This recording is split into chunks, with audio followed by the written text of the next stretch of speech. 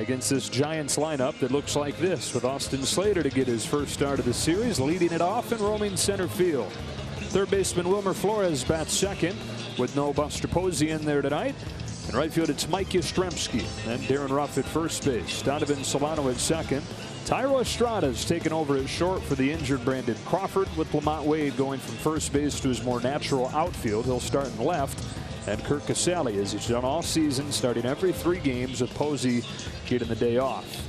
Time now for the Home Depot getting more done. Julio Urias tied for the major league lead with 12 wins. And in the month of July, he's 3-0 with a 2.89. Well, he'll harken back to the end of May when he had back-to-back starts against these Giants. One was outstanding, 6 innings, 10 Ks. The next one was not so good. One of his worst of the year, 5 innings pitched, 6 earnings. So he's going to try and think back to the off-speed pitches and the good fastballs that he threw in the first game against him and stay on this roll here in July. Yeah, those are back-to-back starts. He took a perfect game into the 6th inning in San Francisco, and then 6 days later, those 6 earned runs you talked about, that was on a career-high 11 hits allowed.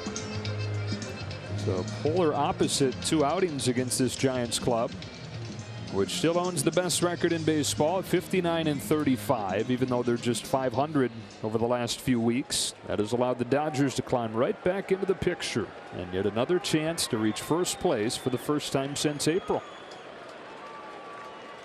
7-2 Giants on Monday, 8-6 Dodgers last night. Their biggest come from behind win this season. On a 79-degree night, Urias comes home, and off we go with ball 1 on Austin Slater. And flashes a smile out there and says, okay, first pitch slurve. The Giants, the last 2 BPs, have had the left-handed breaking ball machine out there in the middle of Dodger Stadium, so they've been getting ready for Dodger lefties, and especially this start. It's 2-0 on Slater, who hit a home run against Urias in that rough outing at the end of May. Off of the bench last night, went 1 for 2, making his first start this week tonight. The 2-0, not close, ball 3. Batting average against Julio about equal between lefties and righties. Left-handers hit him for a little bit more slug, and he's only facing 2 of those tonight, Yastrzemski and Wade Jr. Down the middle there, 3-1. Facing a Giants offense that scored 13 runs in the 2 games in this series, largely off homers. They hit 4 of those last night after 2 on Monday. Top home run hitting team in the National League. On a 3-1 pitch, Slater swings and misses at the elevated fastball, and the count is full. Julio's probably like, if I'd have known he swung and missed at that, I would have started the game off with that pitch. Right, like you usually do. Yeah, I was trying to trick him. Fell behind, had to come right back in it. Now I got my 3-2 count. To the leadoff man. He strikes him out, right back to it. Pumped up a little bit right there, 96. Up, mostly down the middle, but he beats him to the spot.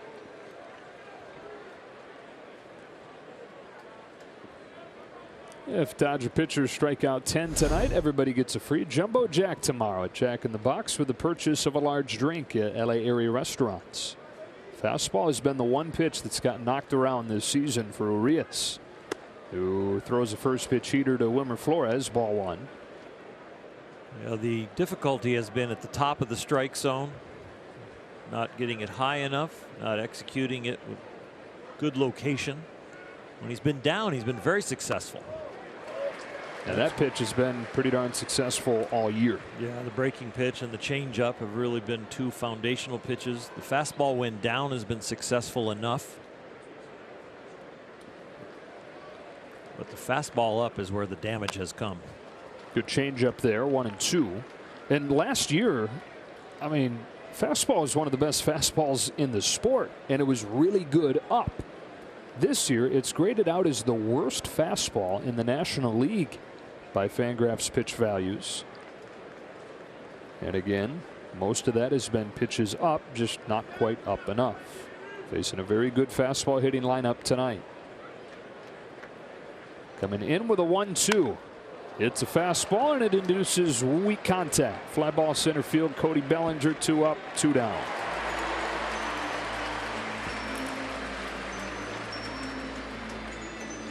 For Mike Yastrzemski.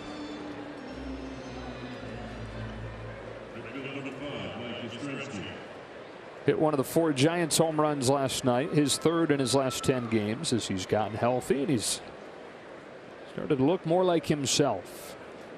He's really right from the start. End of spring training, he got hit by a pitch on his hand, and he missed 2 weeks early with an oblique injury. IL time with a thumb injury. He takes ball 1 from Urias. He hit this home run last night, his 15th of the year, and he did it all off a breaking ball, which is rare for him. Yeah, it's a good sign for the Giants when he starts swinging the bat well and hitting a pitch that he has struggled with. 1 ball, 1 strike. Struggled with breaking stuff, and he struggled with left-handed pitching.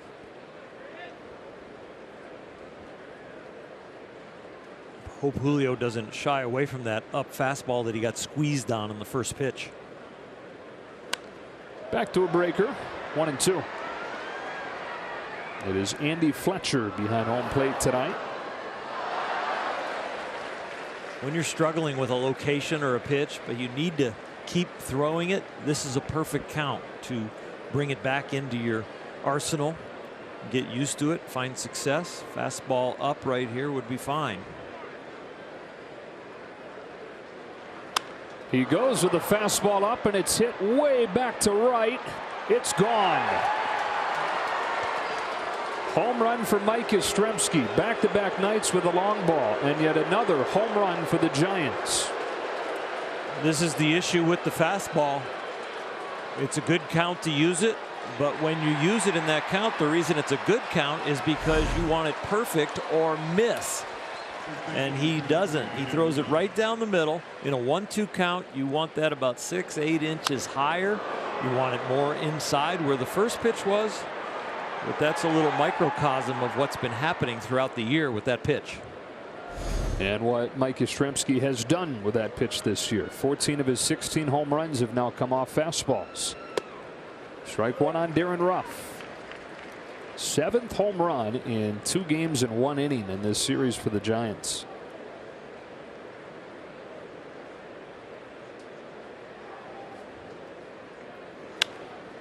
Lifted towards the right field corner, but foul. And quickly 0-2.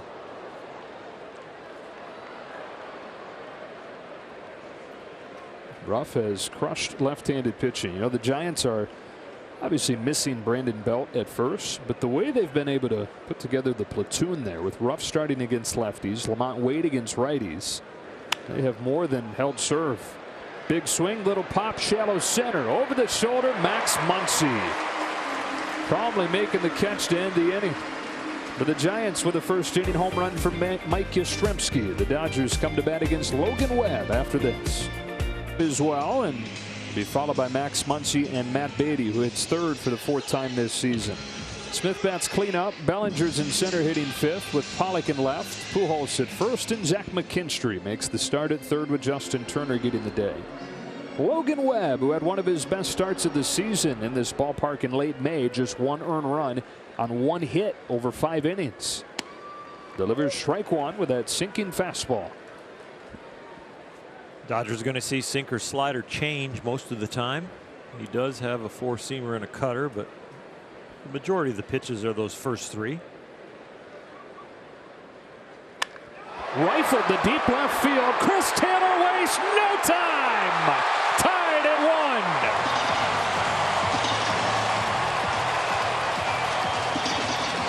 1. This guy.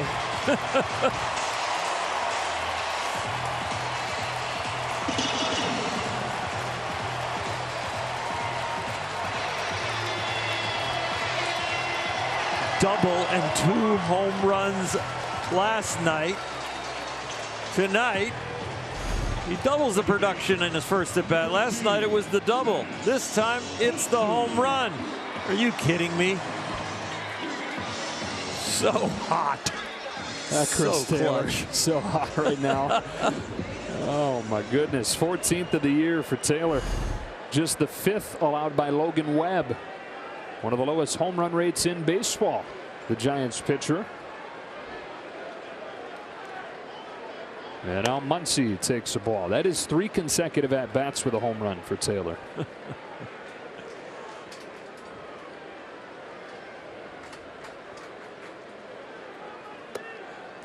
He's getting to be like a starting pitcher that's locked in. You don't go talk to him. Just leave him alone. Yep. Just leave him alone. Yeah, there you go. Oh, Possum. Possum's allowed to talk to anybody. That's right. Even no hitters are gone, perfect games going. Possum can talk to him. Yeah, he's got a hall pass. Yeah. 2-1 on Muncy, who you may be shocked to find out has a home run against Logan Webb. 8 home runs in 10 games against the Giants this year. On a 2-1 pitch, it's a bouncing ball gently right side. Thairo Estrada will throw him out.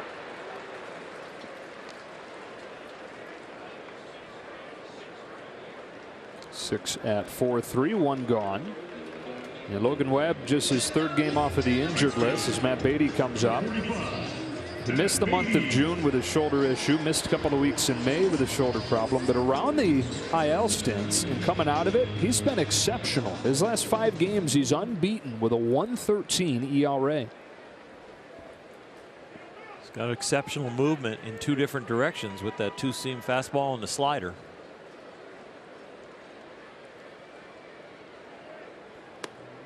It's a slider for a strike on Beatty, and that's the pitch that he used the most when he saw the Dodgers in May. They missed on 85% of their swings against it.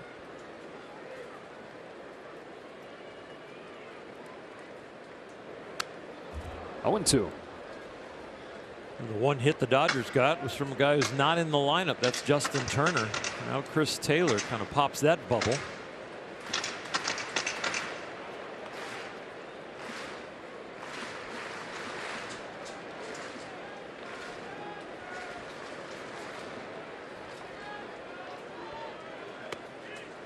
One ball, 2 strikes. Beatty off of the bench last night, had a base hit and a walk in front of the game-winning home run from Will Smith. On a 1-2 from Logan Webb. Watches ball 2.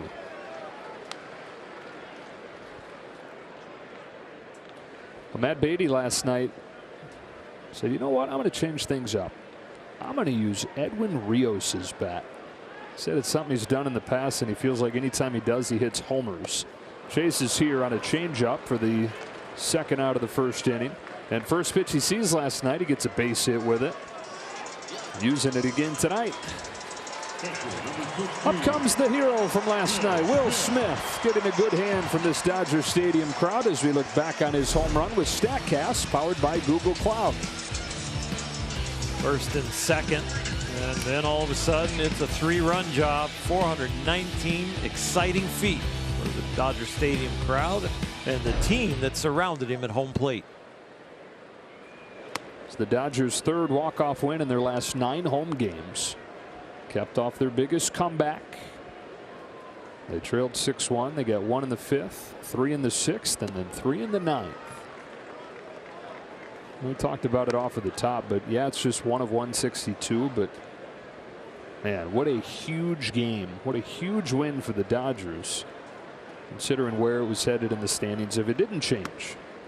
It's 3-0. Still just late July, but 3 back instead of 1 back. And the whole mood different. That put a shock through all of baseball. 4-pitch walk for Smith. Surprising story of having the Giants on top, and then surprising this Dodgers down 6-1, looking like they would fall 3 back. But then if you could stay up late on the East Coast, or we're here at Dodger Stadium on the West Coast, we saw a lot of excitement that changed the National League West in a hurry. Had a similar thing in the Central. The Cubs and the Cardinals. Cubs scored 6 runs in the 9th inning after trailing 6-1 to win that one 7-6. Best rivalry in the Central, best rivalry in the West, with late rallies last night. Chopper to first, backhand by Ruff. Takes it to the bag and ends the inning. A first inning that includes a pair of solo home runs. Yastrzemski in the top of the inning. Taylor leads it off in the bottom of the first. His first leadoff home run in 3 years, and tied at 1 after 1 in LA.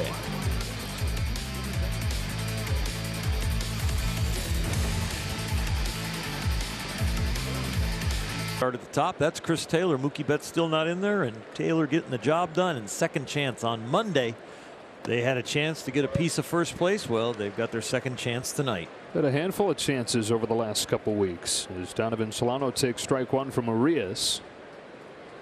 By now they've had enough of those chances where you probably have it memorized that April 28th is the last time they were in that spot. Giants have been alone in first since Memorial Day. They're probably getting lonely. Need some company. Yeah. Well, there's somebody knocking at the door, so it's 1-2.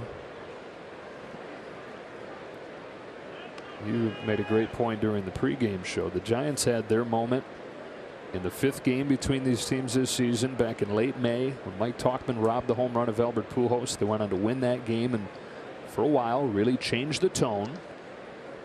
Is that the tone changing win for the Dodgers last night? Slapped on the ground to short. Soft hands Chris Taylor. 1 away.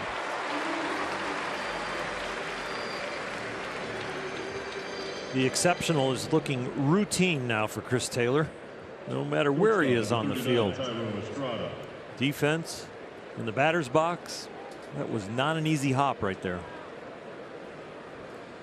In a 1-1 game, here's Thairo Estrada, who has been very impressive for the Giants in these 2 games and even extended before that. Estrada in his last 7 is hitting .474 and took a letter high fastball last night, pounded it out to center. You were watching his batting practice today and he was doing more of the same. It was going oppo, like not just barely clearing the fence, 4 or 5 rows into the pavilion. And it just BP speed fastballs that he's generating the power himself.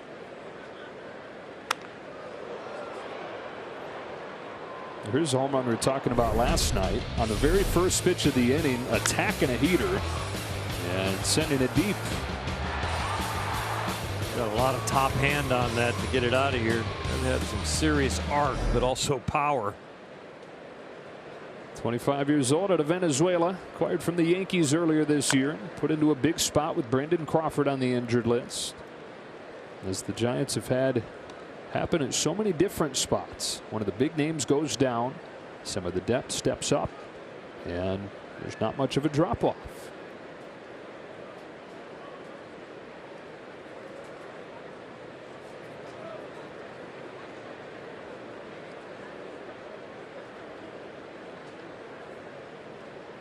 Here's the 1-2. Change up, fouled into the glove, strike 3, 2 gone.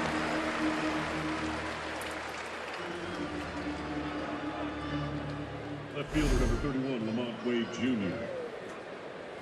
That's an outstanding changeup. Starts about thigh high, so the batter comes after it. Then it just breaks down just below the knees with some late movement.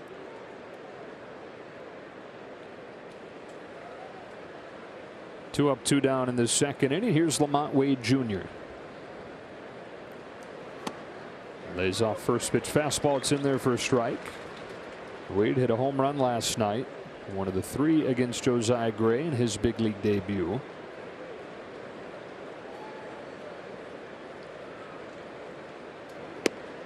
One ball, 1 strike. Josiah said there were several moments in that outing where it was like, wow, I am here. That loud contact on the home run from Wade. Facing Posey, where Posey fell behind 1-2 and earned a walk. Wade chose bunt, takes strike 1 and 2. Wilmer Flores laid off a couple of really tough pitches, and there were a few times he said to himself, man, there's a reason these guys are in the big leagues. This is different than AAA. And he said his favorite part of the night, the first time that he really got to enjoy himself, was post game when he saw his family. He had 12 family and friends come out from New York, and is really looking forward to that second game when he takes a deep breath. He's already a big leaguer. He's already done everything for the first time and can go out there, and he says hope you have a little more fun, like we talked about last night. Doesn't happen right away that you have fun. So in it. 2-2 pitch. Fouled into the glove, strike 3. Back-to-back Ks and a 1-2-3 second for Urias.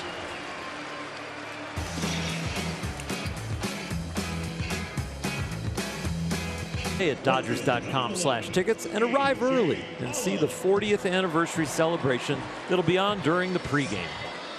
Some parallels between that 81 season and the 2020 season. Shortened season for much different reasons, but shortened seasons that finish with the Dodger World Championship. Welcome back to Star Wars night at Dodger Stadium. And A.J. Pollock to lead this off. Tied at 1. Logan Webb comes home and Pollock watches strike 1. A.J. came off of the bench last night, had his hitting streak come to an end. Beg your pardon, came off of the bench game 1, extended the hitting streak, and then 0 for 3 last night to have it come to an end. Still hitting .469, 5 home runs in his last 9 games. You worry about a game like this when you're facing a guy who throws a really good slider the Dodgers had trouble with, but the Dodgers of late in July have started to kill the slider. And A.J. Pollock is one of the main reasons. He got 9 home runs, the most in Major League Baseball on that pitch. A.J. goes down there, but they have been hitting the slider, and maybe you'll see more sinkers from Webb because of the latest success they've had. That's a changeup right there that gets under his bat. Second strikeout for Webb, 1 gone in the second, and up comes Albert Pujols. Hitting .364 over his last 8 games. After a 1 for 4 night last night.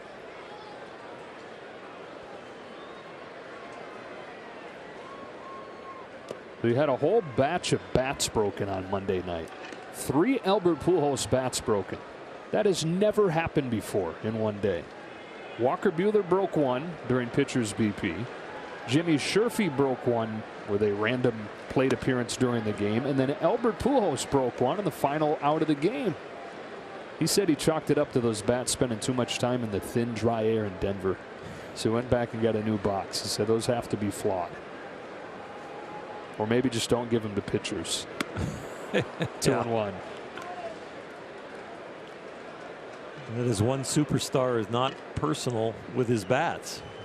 He says he probably can hit with anything, and yeah, if you want to borrow one, he'll let you. Punch to first. Webb will get to the bag for out number 2. Webb wins the race. Yeah.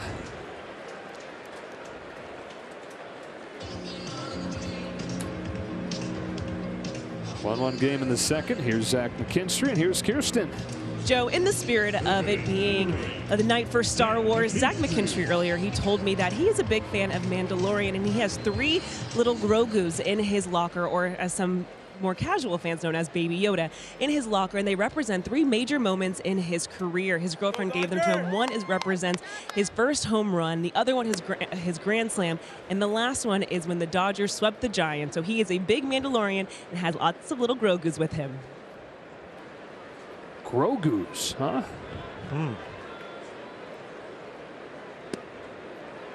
One ball, 1 strike on Zach. Did you know Baby Yodas were called Grogus? I did not. I kept the baseball from special times in my career. Yeah. He gets a Grogu. Oh, you didn't get Grogus throughout your career? No. But maybe they're holding the ball. He got a Grogu on his head. Grogu ears on that hat. A 2-1 pitch at the knees, 2-2.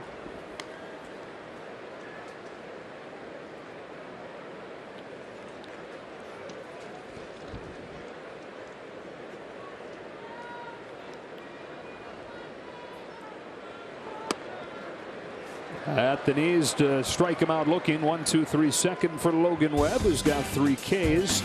On to the third, tied at 1.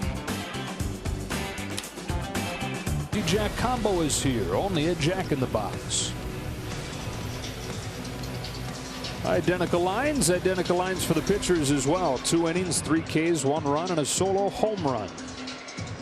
For Urias, that came against Mike Yastrzemski with 2 gone in the first.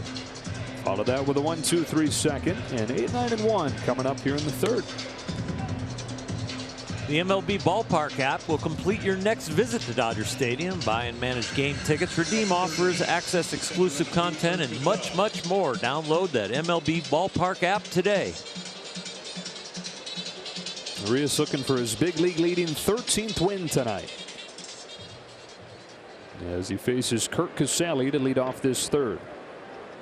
Those numbers you see there, 380 in 19 games since returning from the IL. That's impressive standing alone. But especially when you consider that his average on the year prior to this stretch was 104. Breaking ball catches the bottom of the zone, strike one.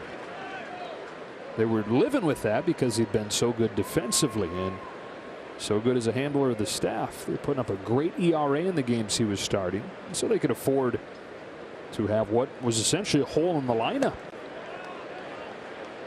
Goes around here and it's 0-2. He goes down in the IL with a wrist injury. And you talked about this on Monday night when he pinch hit, but that's the kind of injury that you think he may have been dealing with for a lot of that 104. Yeah, when you're hitting half the Mendoza line, there's something going on. And with a catcher, it's usually something lingering, you know, a foul tip that gets you, or a bruise that keeps you away from your legs when you're hitting. But yeah, since he's finally healed up, struggled through it, probably nagging, and then healed up, he's been back on his game. Lifts a fly ball to left center field. Bellinger on the move, will get there.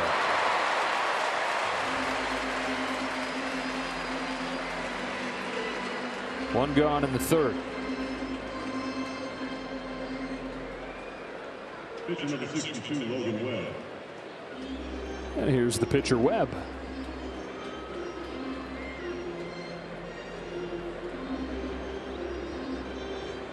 Dieter's playing the Spider-Man theme song for Webb.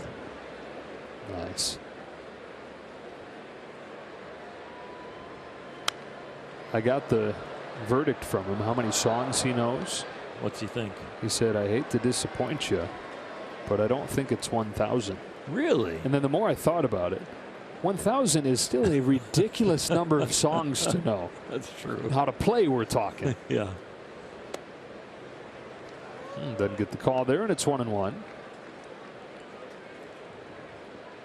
When he's bored one night, just sit down with just a whole pad of paper and just start writing out every Names of the song. songs, yeah. 1-2.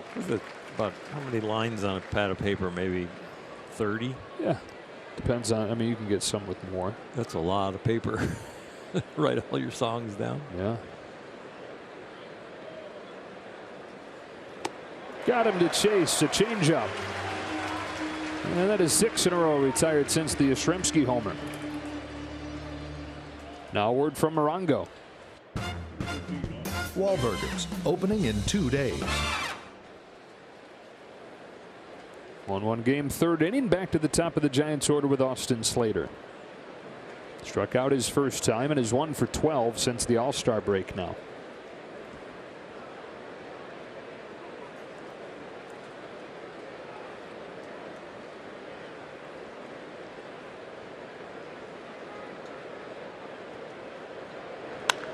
Stroked on the line to center field. Bellinger coming on, makes a sliding play.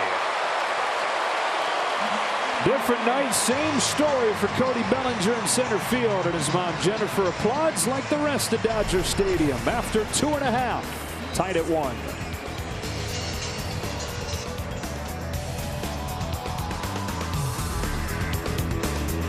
Kershaw threw on the field for the third day in a row today. It's a good sign because you always are checking how you come out of it. And if you come out of it with able to pick the ball up the next day, that means he's coming out of it and feeling good. He continues to say sometime in August is the goal for him, which at this point is not too far off. A little more than a week away from August. Strike one on Julio Urias.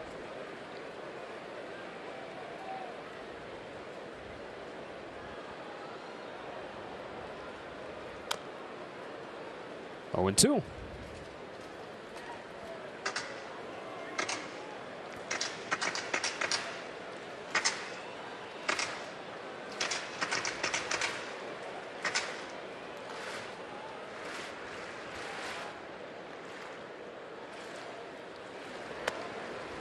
1 ball, 2 strikes.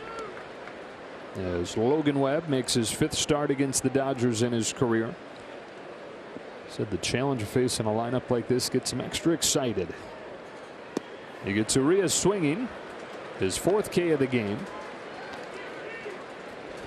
1 gone in the 3rd. Back to the top of the order for Chris Taylor, who started this game with a home run, and we take a look at it on Google StatCast.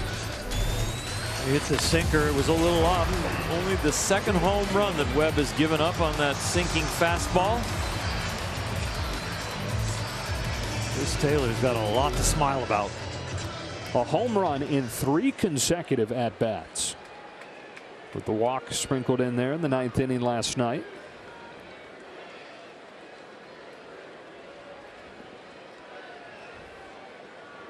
It was his 7th career leadoff home run, although his first one since 2018. Here are those 3 in succession. The solo shot and a 2-run shot, and then the leadoff job tonight. Good change up there, 1-1.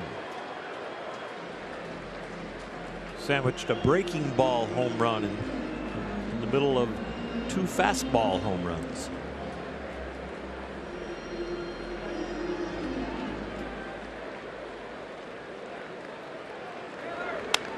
Hits it sharply again, but foul. Watch out, Dino.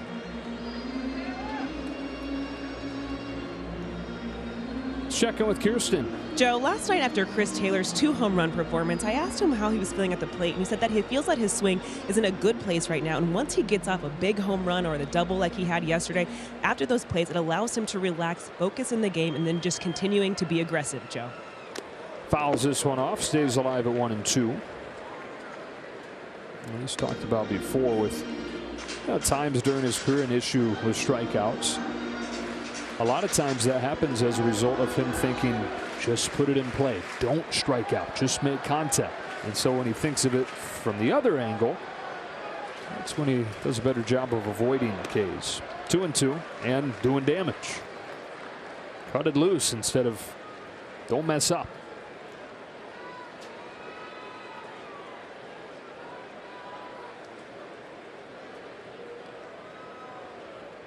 Tie game 3rd inning. 2-2 from Logan Webb.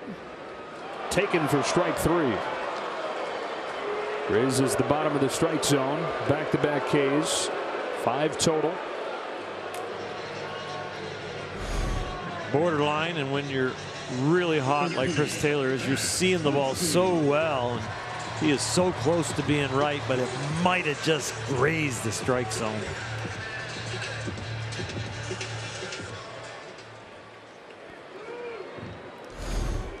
Three Ks in a row. 4 of the last 5 hitters have struck out against Webb. Who now faces Max Muncy. This Muncy got hit just off to the edge of his shoulder blade last night. And he said it wasn't as much the pain right where the ball hit as it was the pain that went down his arm. Hit some kind of nerve there where he said it felt like a bunch of knives stabbing him all the way down the arm. Woke up feeling a lot better today.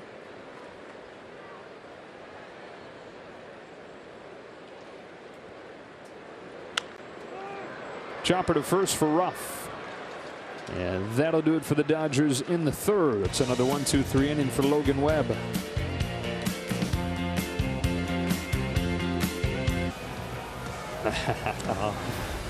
She loves you. I'm so glad it's making her smile. My head's got a chance of coming off for that one. Yes, you're right. Strike 1 on Wilmer Flores.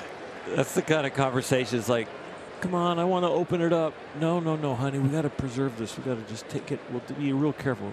Oh, no, no. That head will be off by the end of the game. Softly bounced to short for Chris Taylor, and Flores is out number 1. Well, you can open it up, but we just can't play with it, right? We're just going to put it on your bookshelf. So hard. No, not that shelf. That's too high. Yeah. That shelf. All right. And then Daddy comes in the middle of the night and takes it and puts it in his office. Just trying to protect Mr. Kenobi. 1-1 game, 4th inning. Pair of solo home runs in this game. Yastrzemski has the one for the Giants.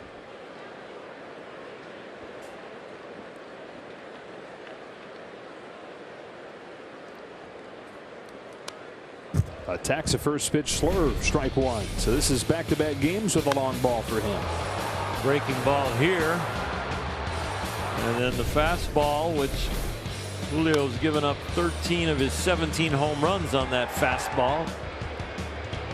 As good a year as he's having, if he can improve with the fastball, that'll be a good thing for the Dodgers here in the last couple months of the season and hopefully deep into October.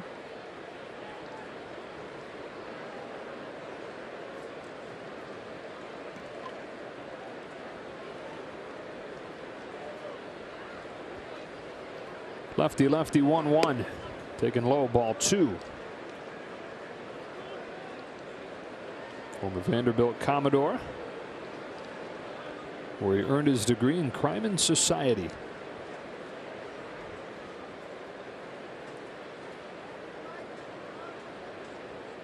On a 2-1 pitch, you watch a strike 2. It was a promise that he had made to his dad, who passed away. And his dad was an All-American player at Florida State, had fallen just short of his degree, and he told Mike, if you ever get a chance, you make sure you finish that off. A pop-up on the infield. Running in to catch it is Taylor in the palm of his glove. Boy. And the shift on, that makes for some unconventional routes to that.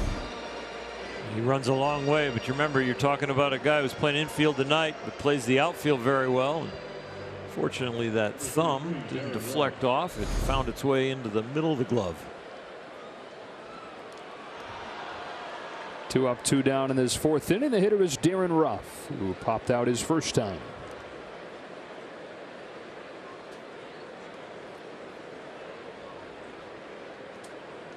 Ruff will turn 35 years old a week from today.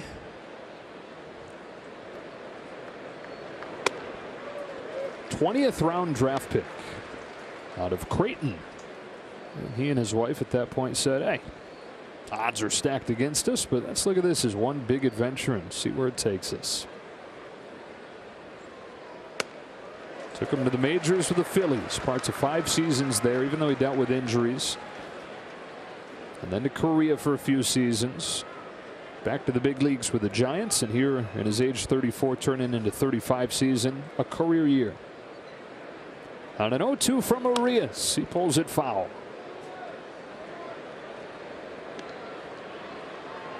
And that wife that he made that decision with, that was his high school sweetheart.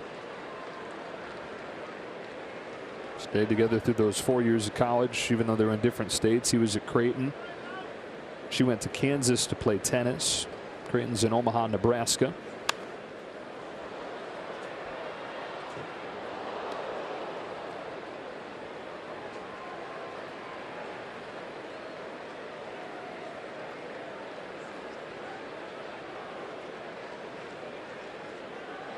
Now mom and dad to 2.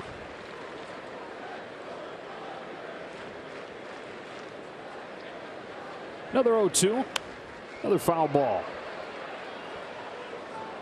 And one of the reasons he decided to come back to the United States, because he was a star in Korea. He led that league in home runs 3 years in a row. He's making decent money. Hadn't done a whole lot in the majors, but one of the reasons he wanted to come back was they were having their second kid, and he wanted the family to be closer to extended family. Baseball was secondary. Takes a change up, 1-2.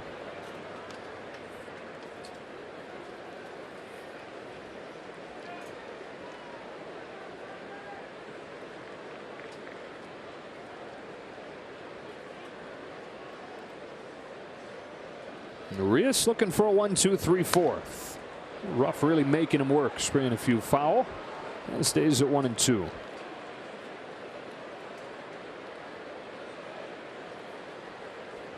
A lot of guys on this San Francisco Giant roster probably made some interesting decisions, but glad that they made them and ended up on the Giants this year. I'm sure they're having a lot of fun over there in the locker room and what they're accomplishing and what they've got to look forward to the rest of this year. These are special and magical years, especially you come in with the expectations that they had, which was not to do much this year. Probably actually start to lose friends throughout this year as the trade deadline, but they're going to actually probably keep this project together. These guys might have some lifetime memories.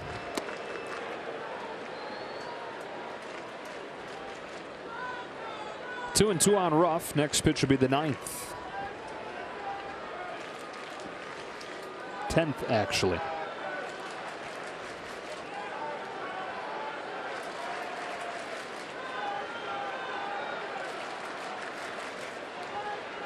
On 2-2, Darren Ruff tries to lay off the elevated heater and does to work it full.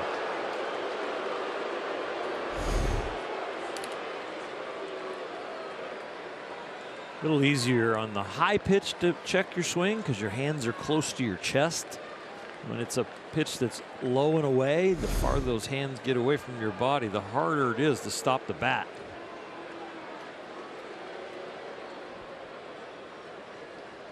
A little housekeeping.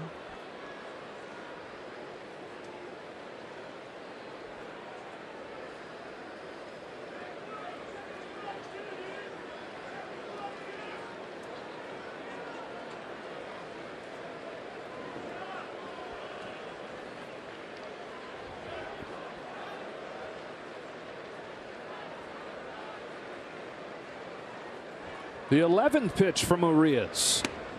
What an at-bat for Darren Ruff. A 2-out walk, first one issued by Julio. That was a battle. Julio's been filling up the strike zone right there. Few too many pitches just off the edge.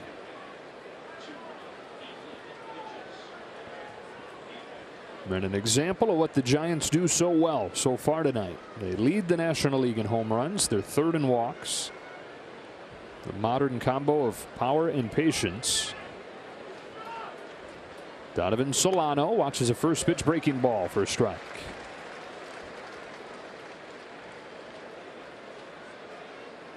Solano's kind of an outlier, right? You know, you think of the 3 true outcomes. 2 of those we just mentioned with the homers and the walks. He's a line drive hitter, high average hitter. Grounds this one back to Urias. Rainbow to first to end the 4th.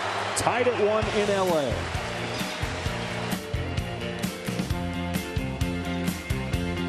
Backstage Dodgers this Friday, presented by Cadillac. We were talking about Matt Beatty using his buddy Edwin Rios' bat the last couple nights. Said Rios still has his bag down here in the clubhouse, even though he's away rehabbing the shoulder surgery. And I said, we're good enough buddies. I can reach in there, grab one whenever I want. I didn't have to ask him. Logan Webb comes home and misses with ball 1. As of a couple weeks ago, Rios had gone back to Puerto Rico just while he's rehabbing to see some family. Don't ask permission, ask forgiveness. Right. Especially when you get a hit the first time with it. Hope Edwin's doing well if he's tuned in watching his team. Rehabbing, hoping to get ready for spring of 2022. 2-0. 2-1.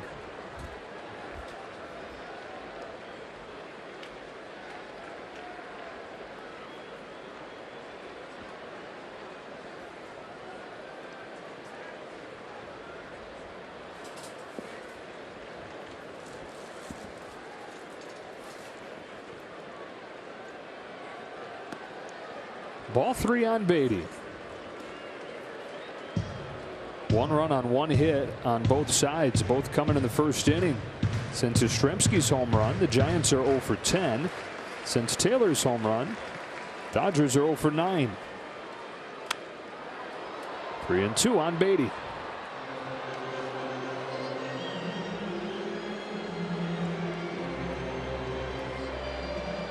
I don't know about you, but I think you're going to agree with me. There is such a contrast between a Giant Dodger game and a Padre Dodger game. The flair that the Padres play with, and it just seems to make it a little bit more intense, a little bit more personalities. On edge. Yeah, maybe? on edge and almost personal. The battles. And this is a little bit more business-like. Leadoff walk, Matt Beatty. Yeah, subtle, but yeah. And one is not better than the other in terms of the feel, but certainly different. Number 16, Will Smith.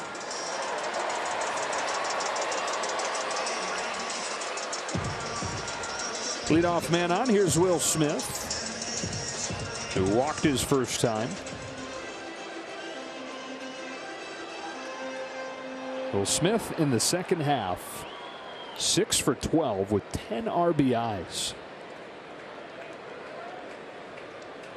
That's in 4 starts, plus coming off of the bench a couple times.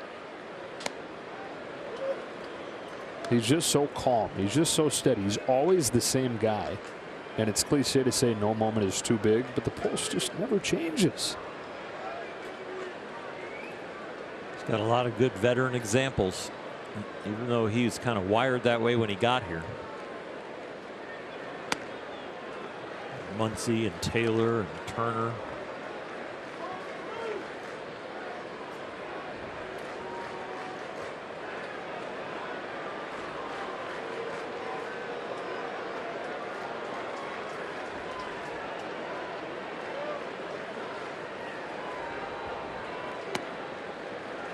Two and one. That's kind of always been the reputation of Will Smith. Way back into, you think back to the stories in playing on the varsity team when he was in junior high. It was a similar story.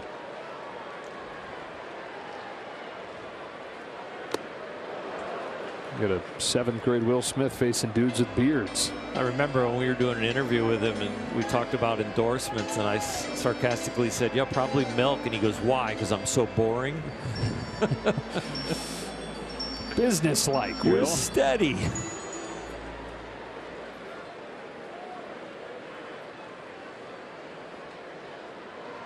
On a 2-2 from Logan Webb. Will Smith chops one to third. It backs up Flores. Goes to second one. Solano to first.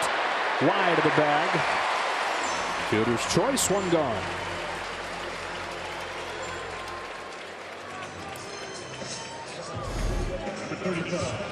Five to 4 to Fielder's choice on your scorecard. He beats this out at first. The Giants are going to take a look, but he is safe.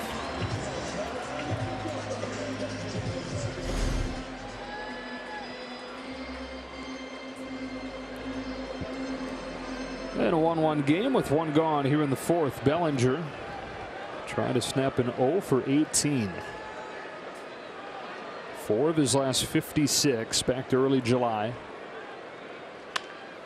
Grounds one to second. They get one, but a low throw keeps him from turning 2. That and Bellinger's speed. 2 gone.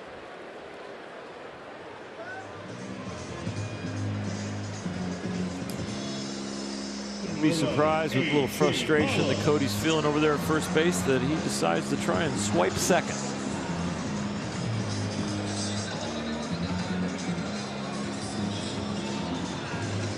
He's doing a job contributing with his glove. He's got a chance here to contribute with his wheels if he can get the second for A.J. Pollock and get in scoring position. Fun to watch Cody run last night, scoring first home on that extra base hit from Barnes. Dino Ebel sending him. And we talked about at the time, you better be sure that he's going to be safe. And Dino would tell you that he's always going to have a reason. He can live with the calls or the times where the call's not right, as long as he can tell you why he made the decision. And he made that decision because he saw the relay coming in from Dickerson high. So right out of Dickerson's hand, he sees that, and he sees Bellinger not breaking stride, and he said he's going. Dino says his goal is, if you ask him about his decision, he's always going to be able to, kind of like a quarterback after an interception, at least tell me what you saw and why you made the decision you did. He says if he's doing his job right, that'll be the case. Strike one on A.J. Pollock. And Dino's one of those guys where the world is not moving fast enough for his brain, so he can really slow a game down and make those moment-by-moment decisions.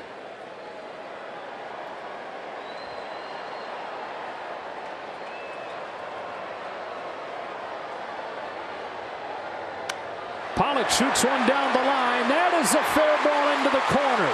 Foot races on for Cody Bellinger. Yastrzemski guns it in. The send from Ebel and a 2-1 lead on a double from A.J. Pollock.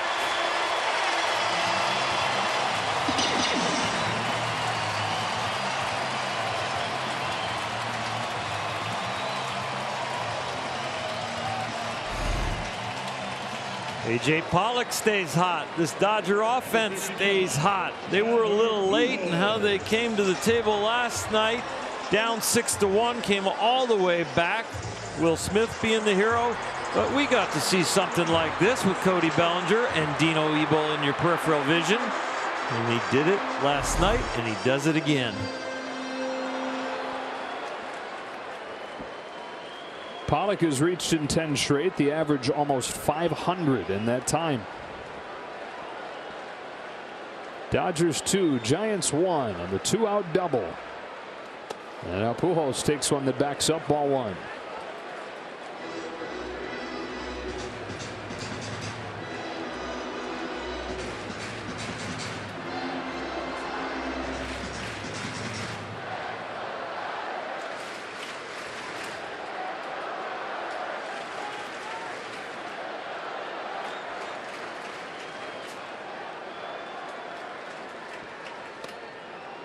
One on one. Gasping for air. Had a couple gallops around the bases the last 2 nights.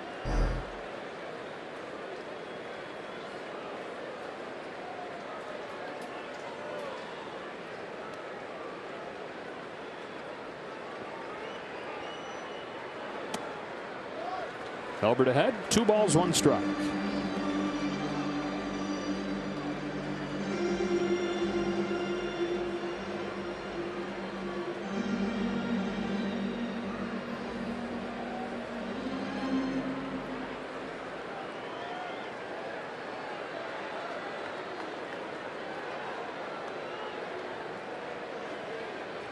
Well, with a look at Pollock as 2-1 comes home and Pujols hits it down the line foul.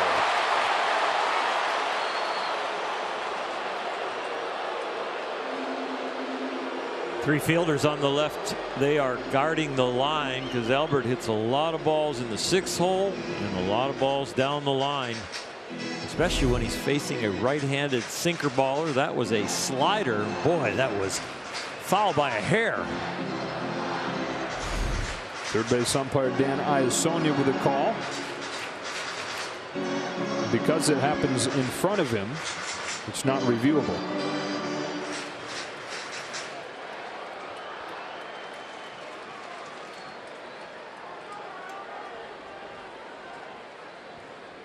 Albert pointing out a beach ball. It's gotten away.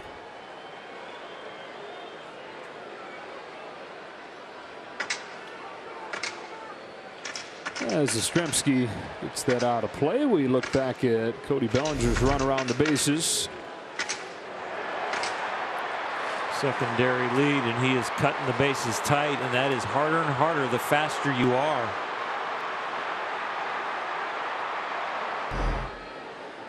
I think of it like a car making a turn. G-force.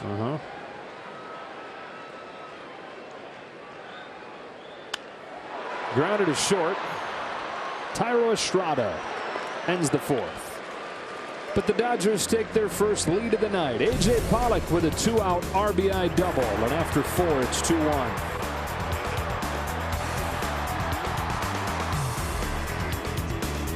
Hit tonight. Mike Yastrzemski home run in the 1st inning. Dodgers getting him 1 in the 1st, 1 in the 4th, and he's got the lead as he drops one in for strike 1 on Thairo Estrada. We talk about this every night, but the pieces in the Dodger rotation that are available, there's a lot on their shoulders to be good right now. A lot on their shoulders to get deep into games right now. Back-to-back breakers, 0-2. And a little different game right here for Julio in his last 3 starts. When he left the game, there were 10 runs on the board for the Dodgers, 6 runs on the board for the Dodgers, and 10 runs on the board. Well, he's got one here that's a little bit more on his shoulders as far as a 2-1 lead. He's been staked to some big leads throughout the year. A little different when every pitch could change the scoreboard and who's in the lead or tie game.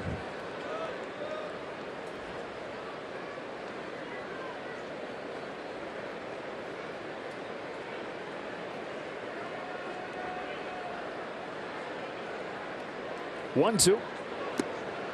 2-2 on Thairo Estrada.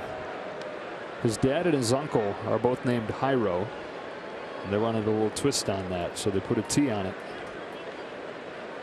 Thairo Estrada, 25 years old, out of Venezuela.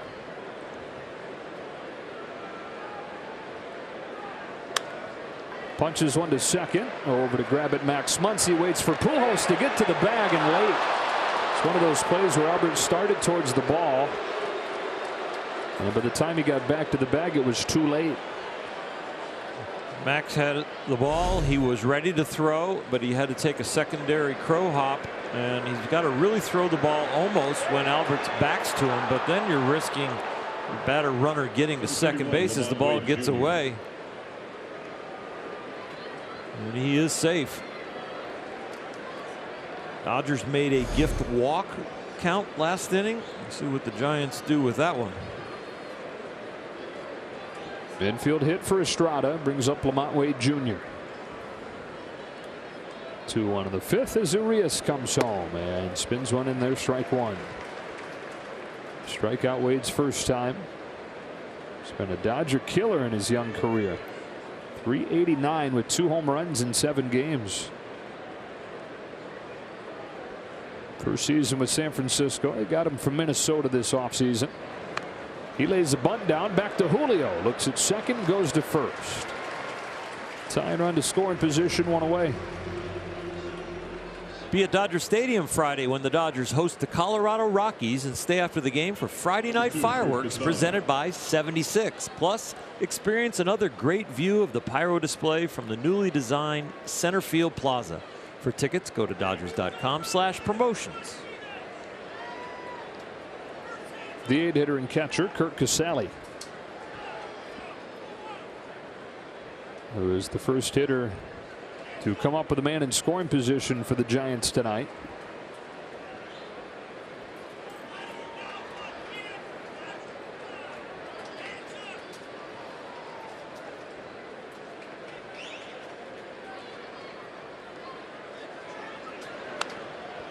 And the Giants very aggressive against Urias. A lot of teams are. He has the #1 first pitch strike percentage in baseball. And so of course teams are going to attack that first pitch knowing there's a good chance they get a strike and understanding they typically have success when they do. Opponents hitting .420 and have hit 6 home runs on the first pitch against Julio.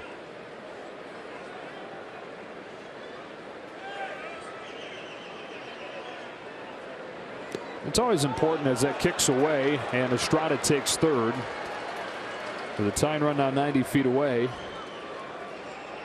But always important when you're looking at averages by counts to understand that the earlier in the count it is, the fewer ways there are for the at bat to end. So the average is always going to be higher. As you get into deeper counts, you know, the average with 2 strikes. Wow, he's only a 150 hitter with 2 strikes. Well, you can strike out with 2 strikes. Can't strike out in the first pitch. Yep. So you got to take it with a grain of salt, but still .420 is exceptionally high even on the first pitch. The 1-1. Casali foul, and it's 1-2. Boy, would a strikeout be nice here with a pitcher on deck and the tying run at third with 1 out.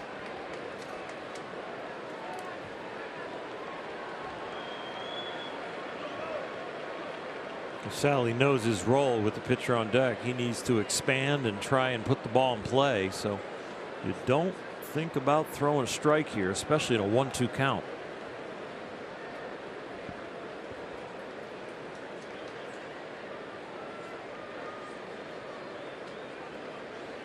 Infield in, pulled around to the left side with the righty Casali. The 1-2, fouled back.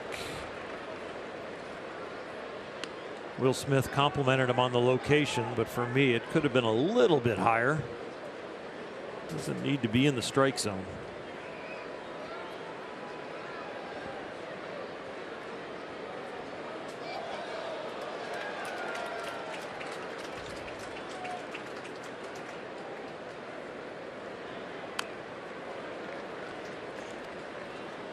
So Casale fouls off another.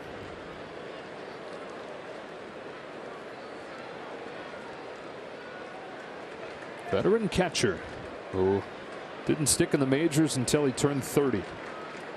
Now 32 years old, 8th year with big league time. As the tying run at third with one gone, and on a 1-2 takes ball 2.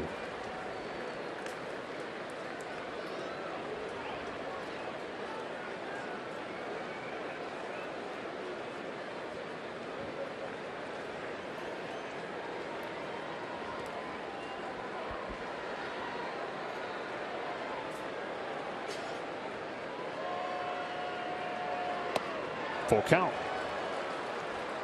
Casale doing a nice job not chasing. And when it has been close, he's fouled the ball off.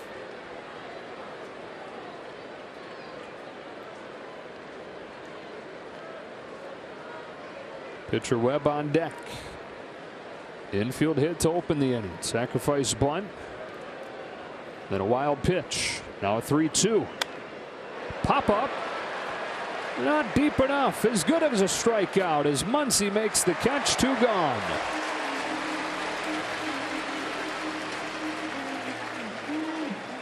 Some good results from a high fastball.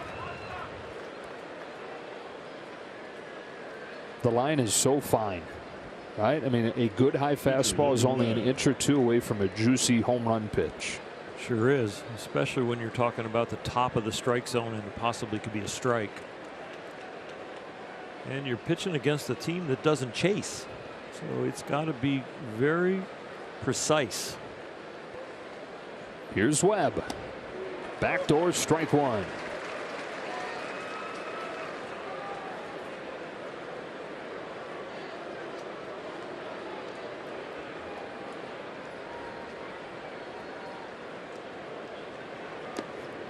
Good stop by Smith.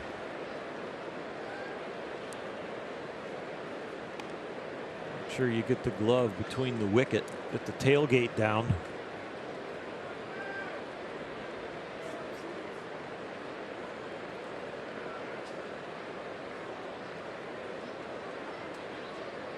Runner at third, 2 out. 1-1 offering to Webb is fouled off, and it's 1-2. Webb has 1 hit this season, but it was one of the hardest hit balls by a non-Ohtani pitcher all year. 109-mile-per-hour triple his lone hit. He's got Estrada at third. 2 gone in the 5th inning in a 2-1 game.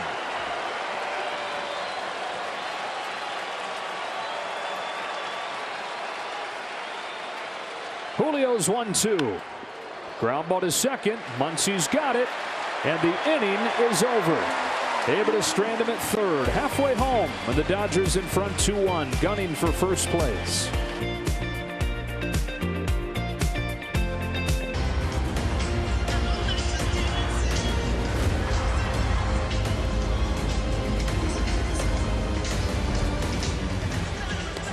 Back on our T-Mobile coverage cam on Star Wars night.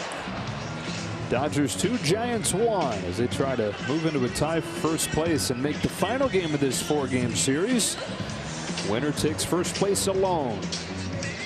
And then they'll meet again next week. 3 games in San Francisco after a 3-game set with the Rockies this weekend. 8-9-1 coming up here against Logan Webb. Here's Zach McKinstry. Struck out his first time, and too many of those lately. 7 in his last 13 plate appearances.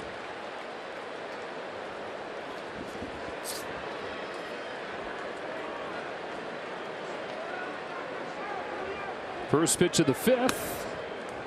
Caught the corner. 0-1. Zach out of Fort Wayne, Indiana, where a lot of his friends grew up Detroit Tigers fans. But he was an Indians fan. On a bounce to second. Picked up by Solano for the first out. So I was thinking, oh, maybe he's an Oral Hershiser guy. But then I remembered he was actually born in 95. 95, so, I was an Indian, yeah. Yeah.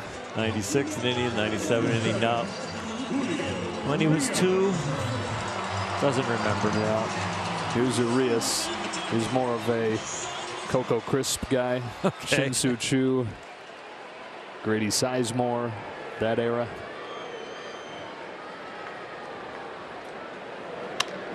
Bounce back to Webb. Nice play to get his counterpart. 2 up and 2 down. And a 2-1 game here in the 5th. Chris Taylor comes back to the plate, and we go inside the box score. Brought to you by Kona Brewing Company. Another home run for him in the 1st inning. That made it 3 at-bats in a row. He had 2 home runs last night with a double. Look at this line over the last 2 games for the first-time All-Star. Needed a lot of production last night, but that home run to lead off this game might be enough to kind of edge them over the top tonight. See if the bullpen can do the job and Julio can keep shutting them down. From an Indian fan as a kid to an Orioles fan. Virginia Beach native who dreamed of being the next Cal Ripken Jr.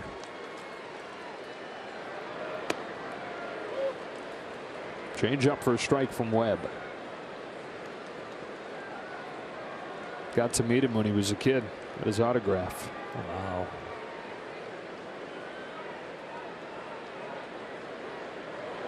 I'm pretty sure his ring ceremony video was Cal Ripken. Does that sound right? I think so. Yeah. I think so. If he's trying to catch Cal, you can't miss a game from all the way beginning when you first start in Little League, all the way through your big league career. Yeah, right.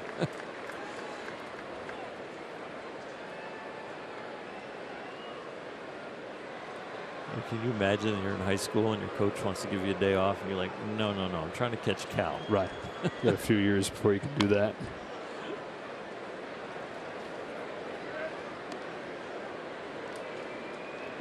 Two and 2.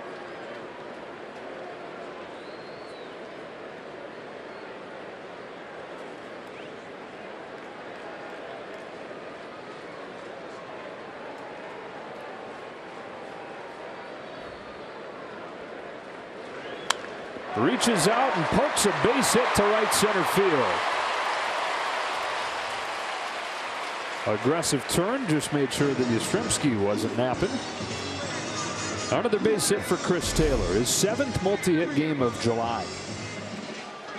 2 outs for the Dodgers, a speedster on first. Will they think about stealing now? But they definitely have somebody on first if they can get a double like Pollock drove in Bellinger. Taylor could score on a ball like that.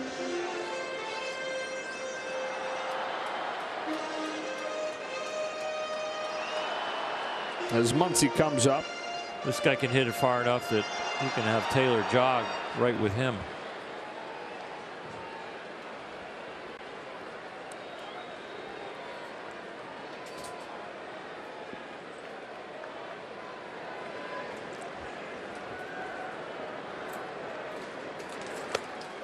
One ball, no strikes. Due date, baby Muncy today.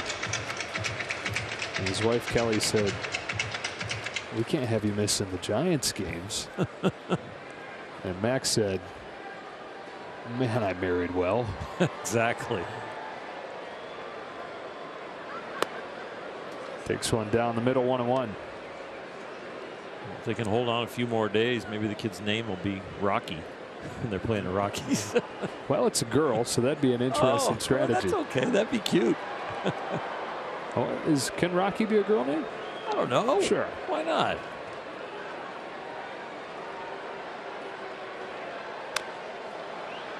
Tops this one foul, 1-2. I think there's a lot of those names now where I guess it could, you know, you see some names that traditionally have been just a boy or just a girl that work both ways.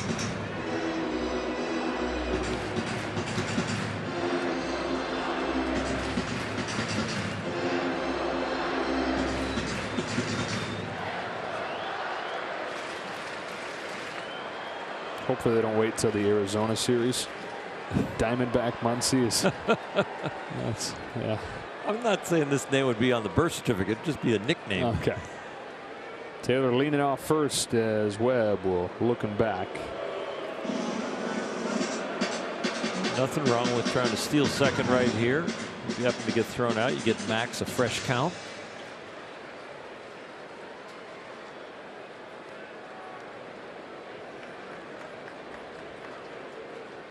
There he goes. Tough one to throw. Stolen base, Chris Taylor. Into scoring position for Muncy, who now has a 2-2 count.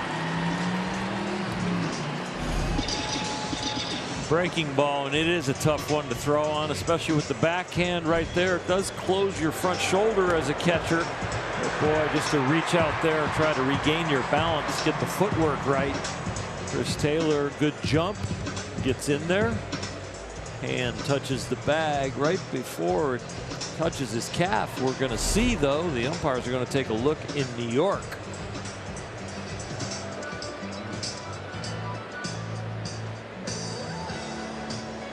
As the call on the field is under review. Take a look. You be the umpire.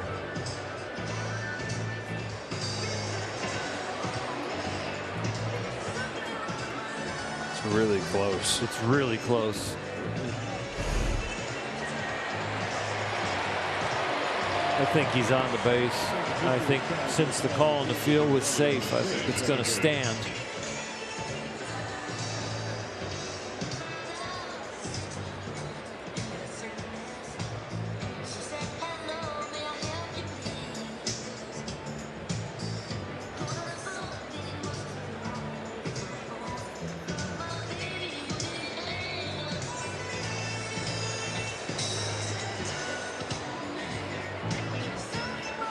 Patching it together in New York.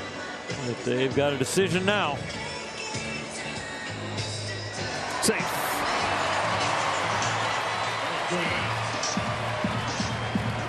And so the Giants are out of challenges. Been some questions about how that works because they don't announce it. There's never any official word put up, no announcement from the field. You have unlimited challenges until you get one wrong like that.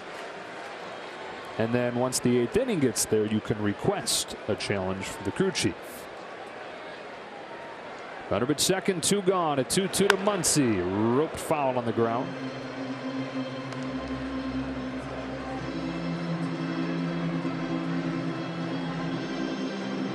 Max checking to see if that was possibly a strike. It was kind of borderline. That's kind of the reaction he gave. He was upset with himself in his first at bat. Kind of wandered outside the strike zone and rolled over a changeup.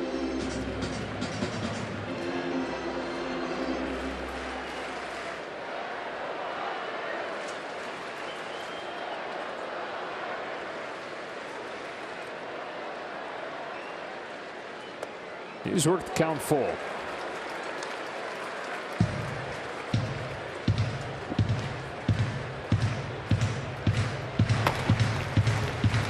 A lefty and a righty warm-in. Jose Alvarez joining Jay Jackson.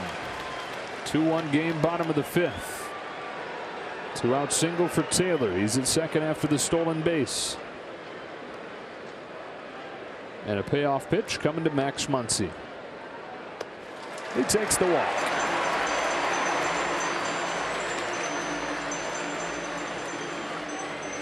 Third one issued by Webb. 2 on with 2 out for Beatty. Matt Beatty.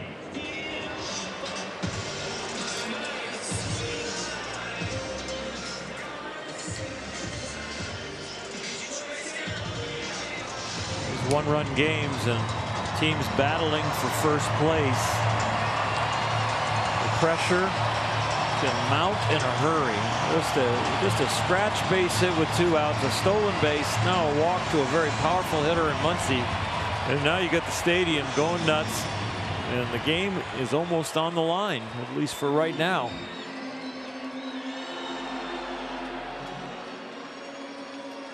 Taylor at second, Muncy at first.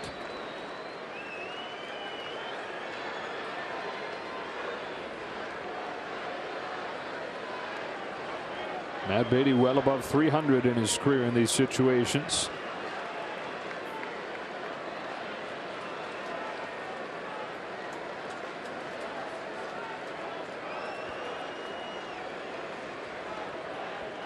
Two on, 2 out, and Beatty hits one on the ground to first. Easy play for Ruff. And that's that for the Dodgers in the 5th. It stays 2-1 to the 6th in LA. NissanUSA.com. Top of the 6th. top of the order for the Giants. For the Dodgers in front 2-1. Giants got their lone run on a Mike Yastrzemski homer in the first. Dodgers tied it on a Taylor home run in the first. Took the lead on a Pollock double in the fourth. Ball one from Julio Urias to the leadoff man Austin Slater. Slater 0 for 2. Struck out his first time and got robbed of a base hit on a diving play by Cody Bellinger. On the hands, rolled to third, Zach McKinstry. A bullet to first. Popping the glove of Pujols. He was out early taking ground balls at third. That was our first clue that for sure Justin Turner was not going to be in the lineup tonight. Sixth start of the year for McKinstry over there. He's gotten more and more comfortable. He is still more comfortable during the night games than the day games. Said it is a significant challenge during the day games, as bright as it is, looking past the hitter into the seats, where regardless of what they're wearing and whether the seat is full or not, everything's shiny. The ball tends to get lost. One gone for Wilmer Flores, who takes ball one. He says the way that he's overcome that, though, is by really focusing on the catcher's gloves movement. So he sees the glove moving inside. He knows he's probably stepping to his right. Glove moving away like that. Probably not going to get pulled towards him. Probably not going to get pulled towards the line. Started doing that for survival basically during day games, and he's used it for night games too when he plays third. Just to help with that first step.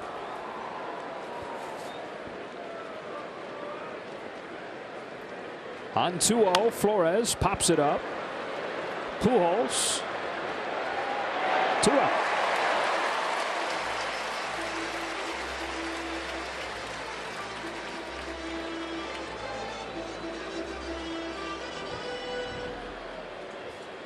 Right fielder Mike Yastrzemski.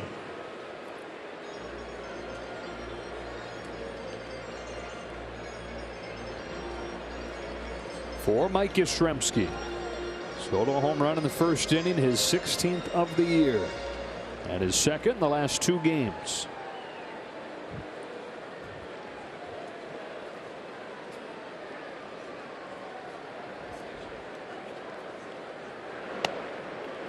Got a generous outside corner there, strike one. Made the majors after 7 years in the minors with the Orioles, including 3 where he had topped out at AAA and was wondering if he was ever going to get that chance. Pulls this one on the ground foul, and it's quickly 0-2. Didn't get that chance until he had a change of scenery. Giants picked him up in a trade before 2019, debuted for him in late May. And at that point, he was just the guy with the famous grandpa. But he led the team in home runs that season. Top 10 in the league in OPS last year. And as he's gotten healthy this year, very good player again.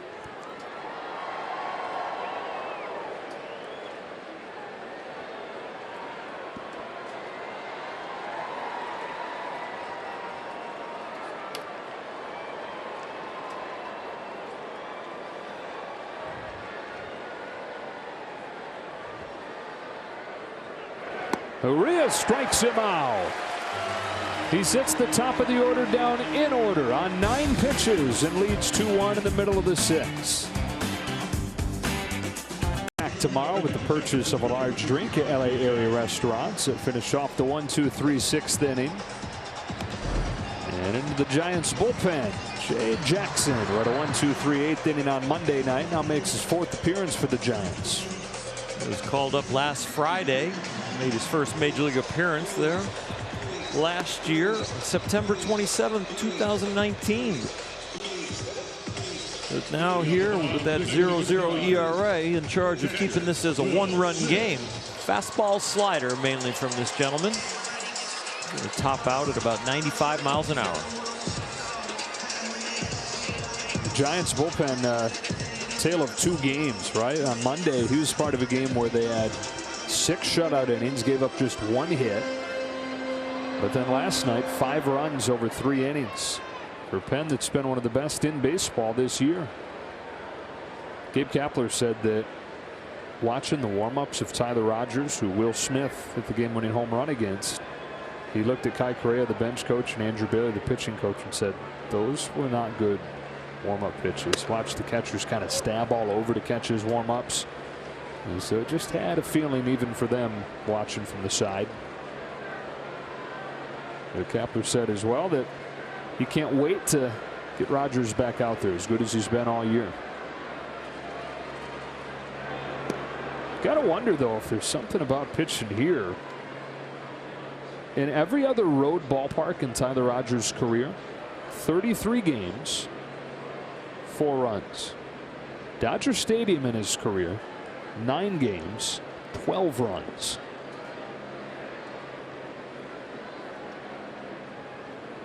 Jackson to Smith with an 0-2.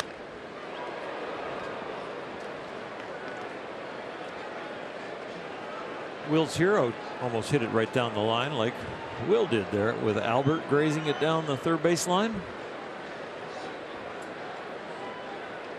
What a thrill to get a Gatorade bath from Albert.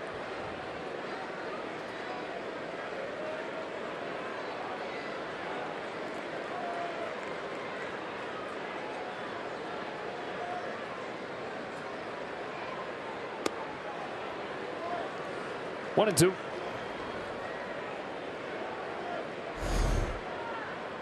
Here it comes. And how about for McKinstry? He gets to say he gave a Gatorade bath with Albert Pujols. Albert, you sign the cooler, please. 1-2. Smith pops it in foul ground. That is Souvenir.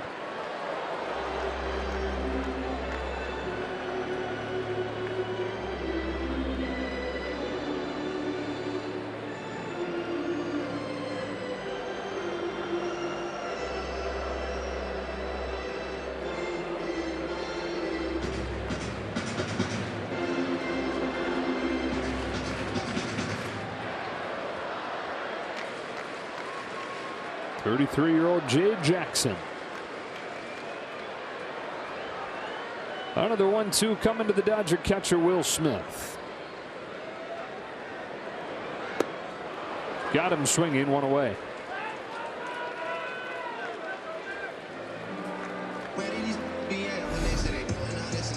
Breaking ball that doesn't do exactly what he wants other than get the hitter out. He's just hanging up there.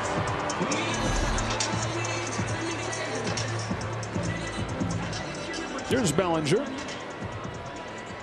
Reached on a fielder's choice and then used his speed to score the go-ahead run.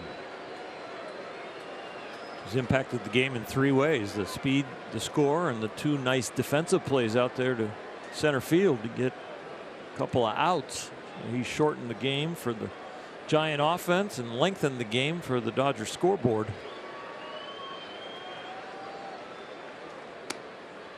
No question. I think the Dodgers need him to be a very good offensive player, but they can afford to wait for him to find that because of those other things. Yep. In some ways, he's the difference in the game right now. Takes the ball, 1-1. It's not just good defense, but it's good defense at a, one of 3 positions you'd probably choose to have elite defense at. Catcher short and center, up the middle.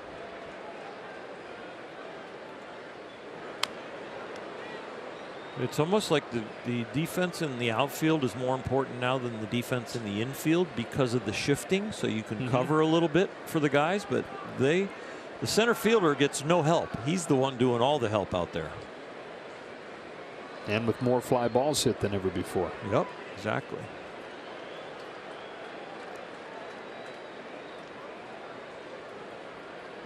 1-2 from Jackson. Bellinger goes down to a knee to foul it off.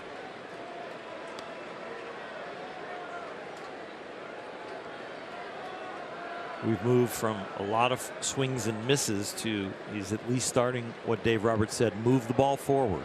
And they just want him to hit the baseball, get to some mechanics and some comfort in the box where he's hitting the ball forward, and I think his ability will start to shine.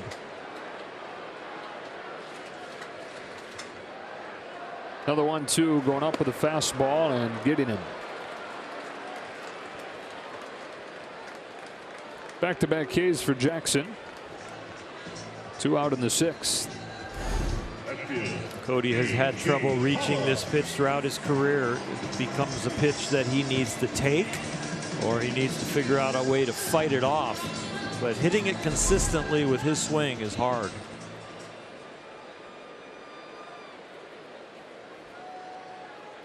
Two gone. Here's Pollock, whose double is the difference.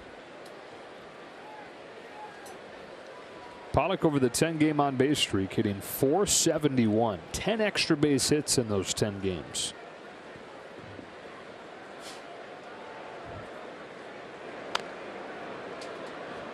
That's foul.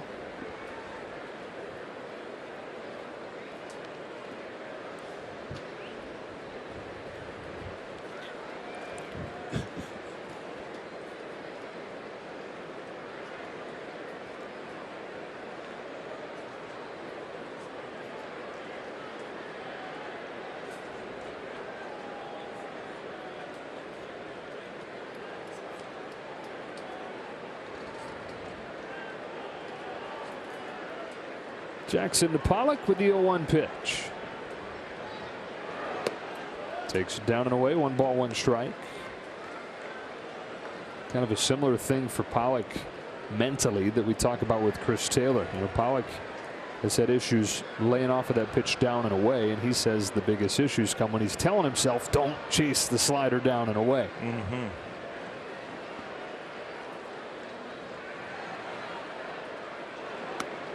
Instead of don't chase it, it's do be aggressive when you get one where you want it.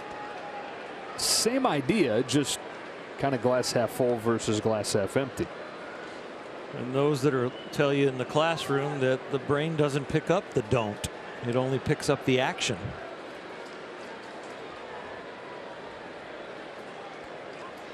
Jackson's 1-2 to Pollock. Got him to chase and end the inning. Strikes out the side in the 6th. That stays 2-1.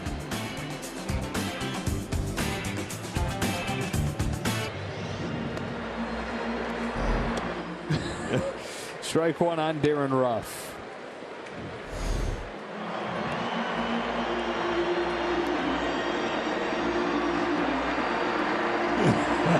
Well done.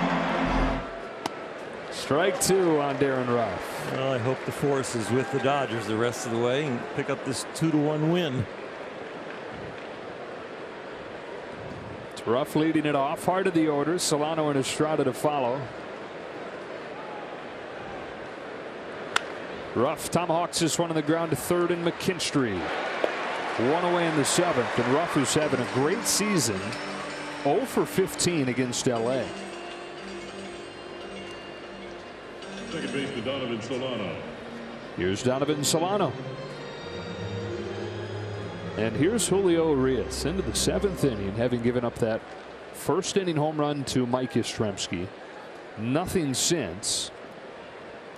And you say tonight is a night where they need a good, strong starting outing, get deep into the game. But at this point, all the nights are like that, given the state of the rotation. Fastball is by him, strike 1. Blake Treinen and Phil Bickford.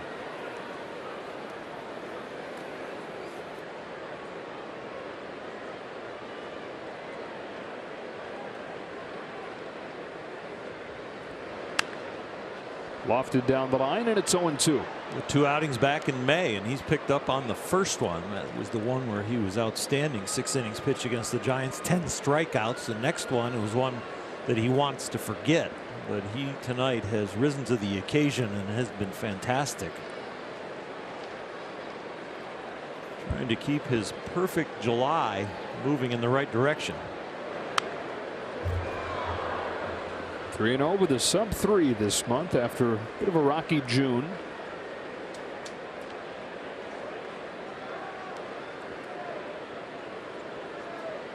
And we talked about it right off of the top, but two very different outings against San Francisco back in May. Took a perfect game into the 6th in one of them. Gave up 7 runs on 11 hits 6 days after that.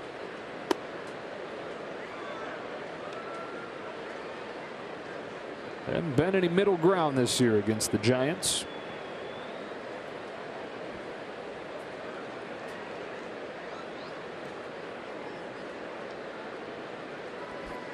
His 1-2. Solano rakes that one off of the ground. Backhand Taylor. Long throw is past Pujols. And Solano's aboard with one away.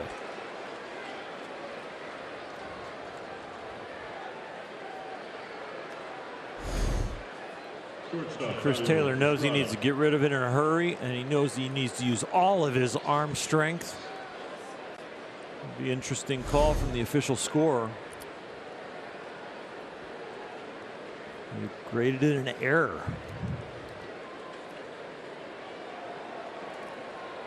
We go to the bottom of the 7th inning.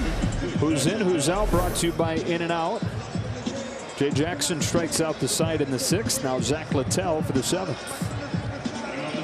We got some work a night ago. He's had a day off, 24 pitches. He went an inning and 2/3. Maybe they'll let him finish this game right here. It's always good when you've seen a reliever earlier in the series, and that happens a lot more often when you're doing these 4-game series compared to 3-game series, and especially not in the 2 like you have coming up with the Astros. First couple days of August. Pujols leads off the inning. McKinstry in the pitcher's spot to follow.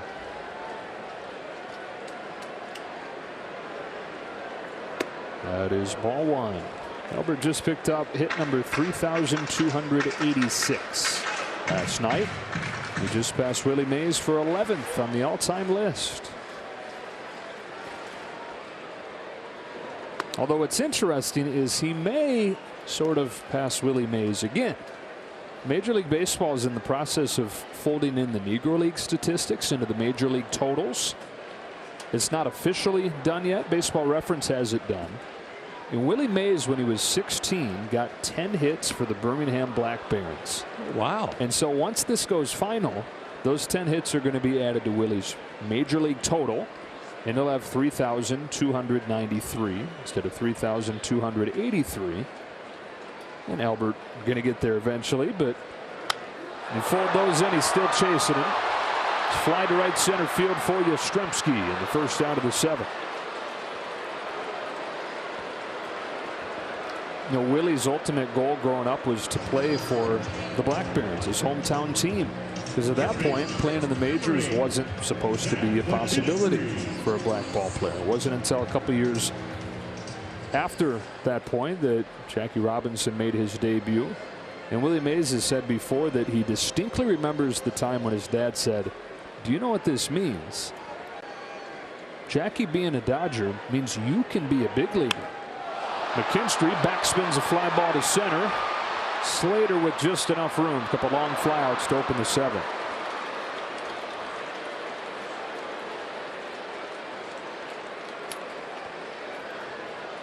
It's one of those fantastic light bulb conversations you have with your father when you get that aha moment. I'm sure it really inspired him. So Dave Roberts pull back Justin Turner. With the bases empty and 2 gone here, and Zach Rex going to go up to pinch hit. So from a guy who has 3,286 major league hits to a young man looking for his first in Rex. Visit from Casale and a word from the Home Depot. Join the Home Depot Pro Extra program that saves you time and gets you rewarded. Keeping score has never been easier. Well, either way, Turner or Rex, this officially ends the night for Julio Urias, who goes 7 innings and gives up just the solo home run to Mike Yastrzemski. All kinds of strikes from Julio again tonight. Over 70% percentage of strikes. And we're 1 for 11 with 2 Ks off of his fastball, so that is a lot better. Littell's first one is chopped along first and foul.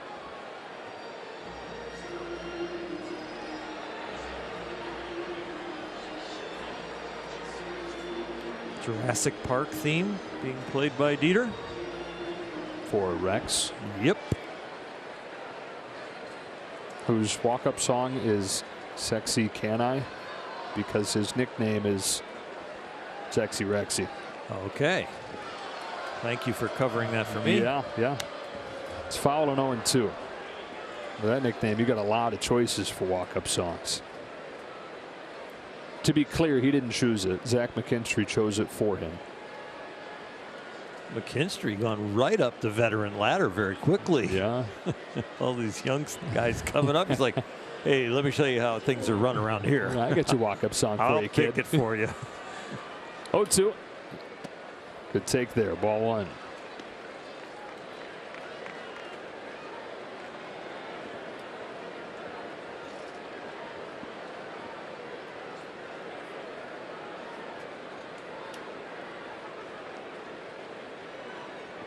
Littell delivers and Rex fouls it off. Giants bullpen has retired all 5 hitters. After the 5 innings from Logan Webb tonight, he gave up 1 in the first and 1 in the fourth. Jay Jackson struck out the side in the 6th, then a couple quick outs here for Zach Littell in the 7th.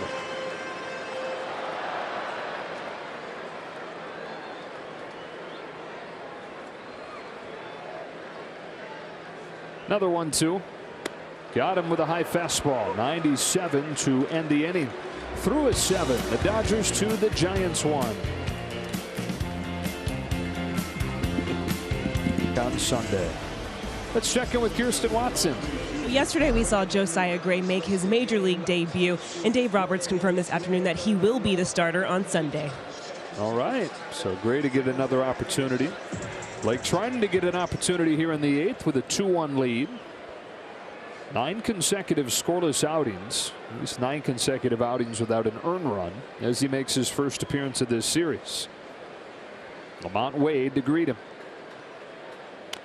Fouled and strike 1.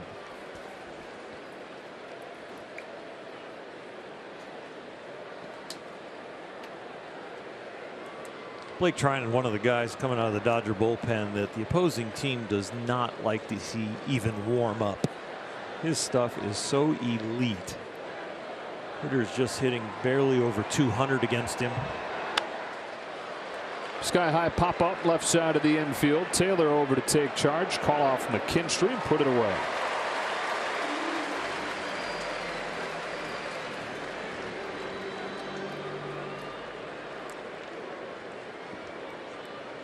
Catcher, Kurt Casale. Now the catcher Casale.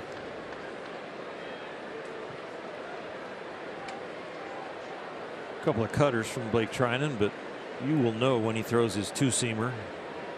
That will really dive in on Casale.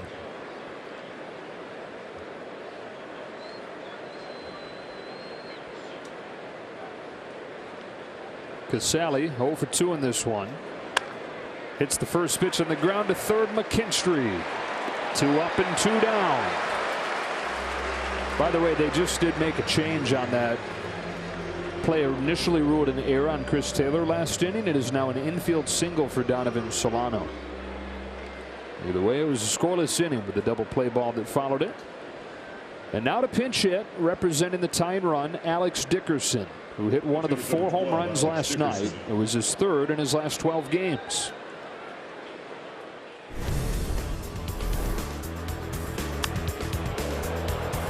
He took an outside pitch and just hooked it right down the line.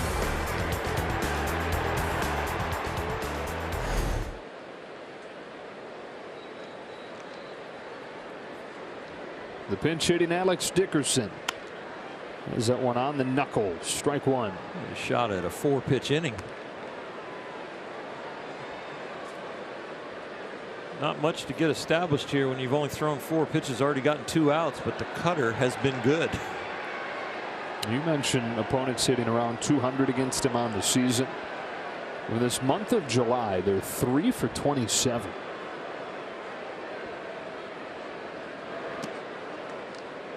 One ball, one strike. Overall, that has been the best pitch, the slider. Opponents 4 for 54 against Blake Trinan's slider all year.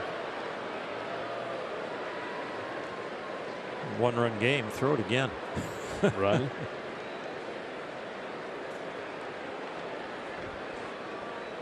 Here it comes. He did, to a different location, but same result.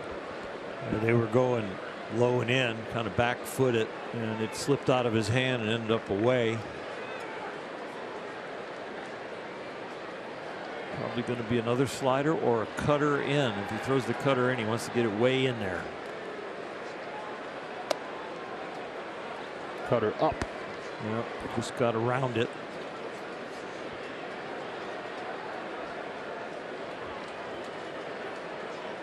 (7-2) Giants Monday, 8-6 Dodgers last night, scoring the final 7 runs of that game. A tidy 2-1 score here in Game 3. A 3-1 from Blake Treinen. Good pitch, full count. Yeah, you don't worry about those ones when they're fouling them down the line, especially when you're throwing the cutter in. That's what the goal is. You either want to jam them, get the swing and miss, or get them to pull it foul. And then they start spinning on the harder pitch of the two between the cutter and the slider, and then you throw the slider and you got them out in front, you get the swing and miss. And that's what they're going with right here.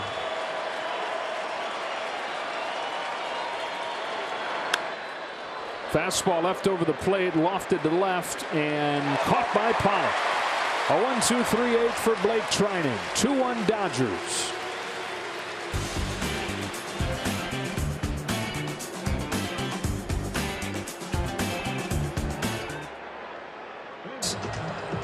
In a 2-1 game, bottom of the 8th. You can taste first place now. If you're on the Dodger bench, you're coming up, you're looking for some insurance runs, and boy, everything you've worked for to come close, the great win last night, and now you're outs away from tying for first place. Top of the order. And Chris Taylor again the star of the show, has 2 of the 3 Dodger hits in this game. Rest of the team 1 for 21. Try to do it on a night where they have no Turner, no Betts. And still waiting for Corey Seager to come back.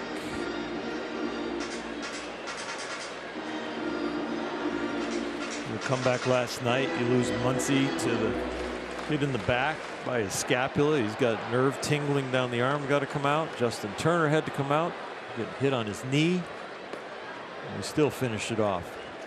Chris Taylor was the guy who set the table for the hero, Will Smith.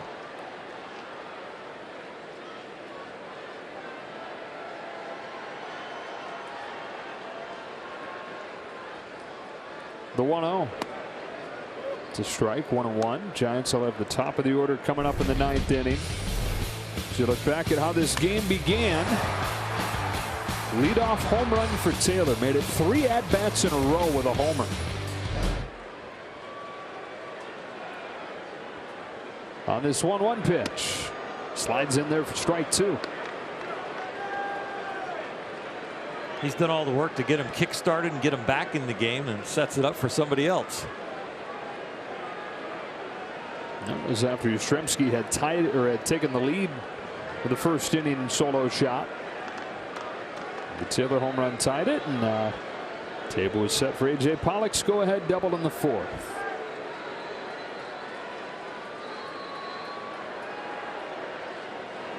Fouled back, and it's somewhat fitting, isn't it, given Taylor's personality, kind of a career story, under the radar, overshadowed by bigger star names, but always doing the job. And these last couple nights, doing the job, and then it's somebody else with the last blow that's probably going to take the headline. He's the guy on the team that makes the All-Star team, and everybody is happy for him. Joss misses, 2-2. Never looking for the spotlight to be shined on him, even with his style of play and his personality.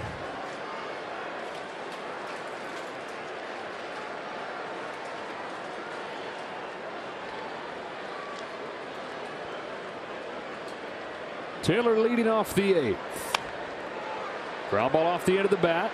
Alvarez will beat a diving Taylor to the bag. So much fun to watch him play baseball. But you do hold your breath watching that. Yeah, I would say, Chris, your hands are more valuable than that possible infield single, but go ahead and try and get there. Hustle, but stay on your feet, please. We don't need you getting stepped on.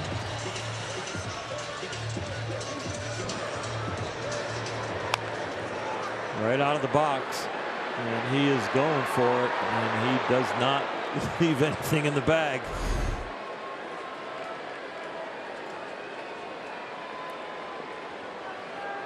Muncy, a couple ground outs and a walk in this one. Said his first thought when Alex Wood hit him last night was, if you hit me with one more fastball. Because remember, it was Alex Wood that broke Max Muncy's finger during summer camp last year. That was an injury that bothered him the whole season.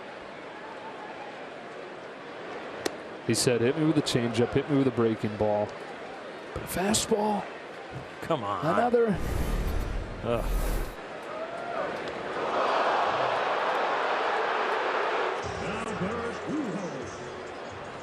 He said at that point he got to first and he could not feel his arm, but he thought, look, Turner's already out. Mookie can't play. I got to just figure out a way to stay in the game. Just barely low, ball one. And he did for a few more innings.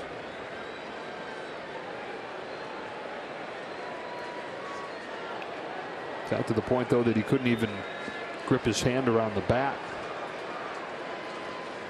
The 1-2 from Alvarez, way outside, and then the dirt, ball two. God, your training staff does an outstanding job to get these guys back and available within 24 hours. Get rid of the numbness, the tingling, get some of the swelling to not come into the area and subside whatever else you've got going on. Justin Turner said that what he was doing when he watched Will Smith hit the home run to win it was trying to get ready for today back in the training room. A bullet chested down by a shifted Flores, and he gets Muncy 2 out. It's like he got him on his throwing hand thumb.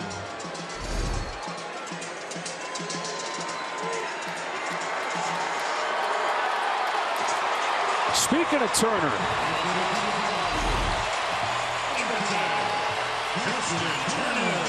the work that he put in last night as the game finished, paying off and making him available for this pinch hit appearance. Pinch hitting for Beatty with the bases empty and 2 gone in a 1-run game. 389 here in July. Those 5 home runs. Dave Roberts looking for 6 right here. Just one swing and jog around the bases, rest your knee.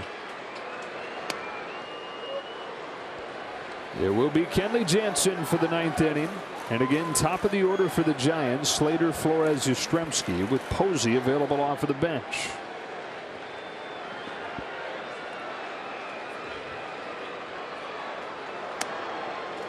Ball on a strike. 17 home runs on the season for Justin Turner, second only to Max Muncy on the team.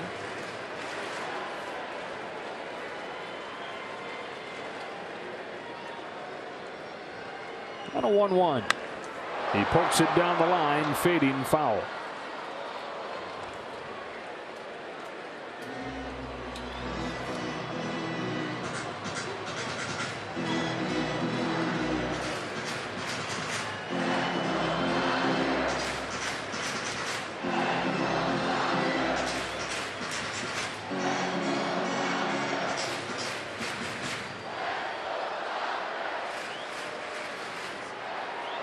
One, two. Turner takes ball 2.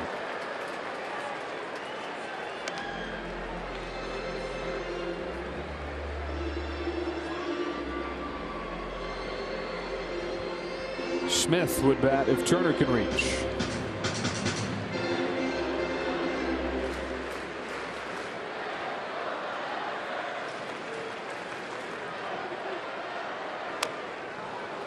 Spoils it, stays alive. Now the pitch that Turner got hit with was a breaking ball, but it hit him just off of the kneecap. It didn't sound very good. No. Live action or replay, it sounded like it almost hit a bat. He was really worried about what it was going to look like today because it had started to bruise last night. Woke up to see that it had improved and almost disappeared even. Still a lot of pain in there though. Playing through that, pinch hitting, and I think the check swing there fooled home plate umpire Andy Fletcher. Dodgers catch a break. All that movement with the check swing, lost the ball.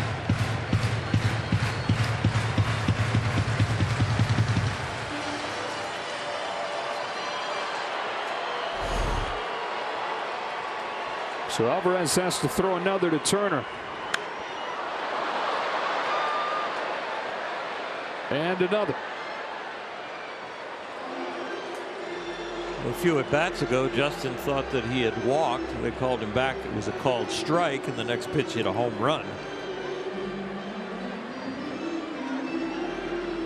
Are you saying? I'd just like to see that same sequence, but just this one was a strike that was called for a ball.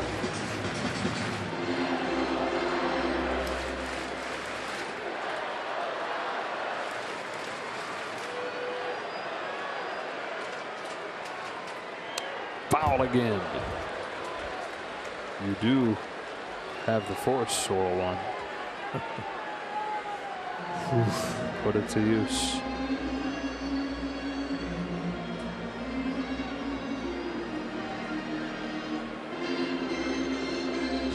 You can do this, Justin. Just believe. You're not a hypnotist. 3-2. Off the end of the bat into center field. Slater is there. Fasten those seatbelts. To the 9th inning we go. Kenley Jansen coming on for the top of the Giants order. Kaiser 0-1. Kenobi leaning into it like only my buddy can. To the 9th inning we go. 2-1 Dodgers, a game out of first and 3 outs away from moving into a tie and moving into first for the first time since April. 84 days. It's been a long time. They get there. They're going to have to do it with some new defenders. And new Dodgers. Sheldon Noisy just activated again today, caught up from AAA. He's at third. And because Beatty was pinch hit for by Justin Turner, they didn't want to put Turner in the game defensively. The move is Noisy comes on, and McKinstry moves from third to right. Jansen on to try and get the save, and you probably just heard PA announcer Todd Lights announce who's coming up to hit. Pinch hitting for Austin Slater, greeting Kenley Jansen, Buster Posey.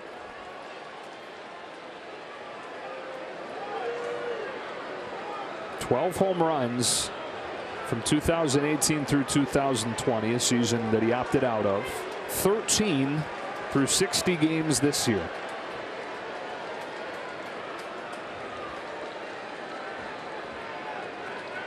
Flores and Yastrzemski to follow.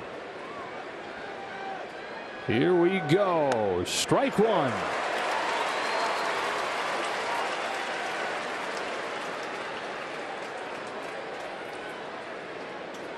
Kenley's last outing, he blew a save. That's been the first time he's done that since May 5th.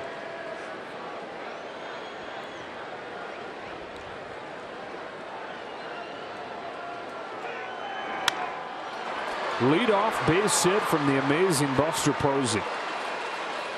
National League leading average boosted with a pinch hit single, and the tying run reaches to open the 9th. They're going fastball up and in the 0-1 count. He just pulled it down a little too low, a little too much of the plate, and Buster has not missed many of those pitches this year. Steven Duggar. They pinch it with Posey. They will pinch run with Duggar, who has great speed. And the hitter is Wilmer Flores. Hitless in 8 at-bats in his career against Jansen.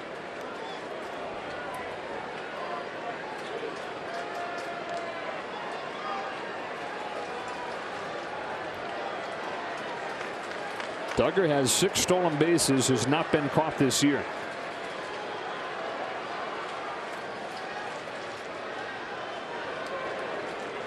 He does not have a base stealers lead yet. And that was just a couple of steps off first.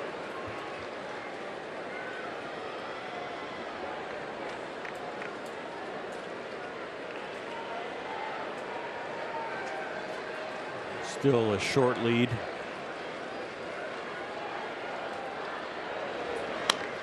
Bouncing ball to third. Foul ball.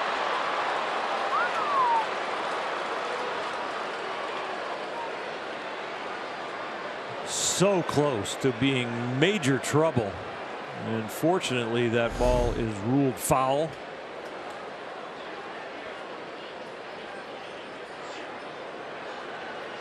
Again, because it is in front of the umpire, this is not reviewable. That is so close. You think about 6-8 feet beyond the bag, that ball barely misses the line.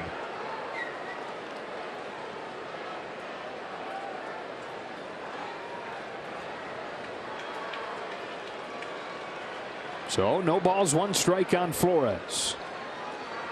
Tying run aboard, potential go-ahead run at the plate for the Giants.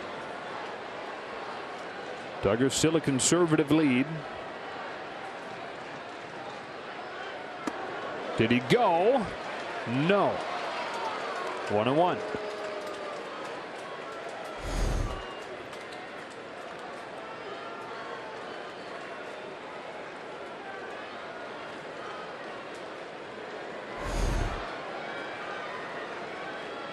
Flores 0 for 3 tonight. Jansen ready. Hammered to deep left field, and the Giants take the lead.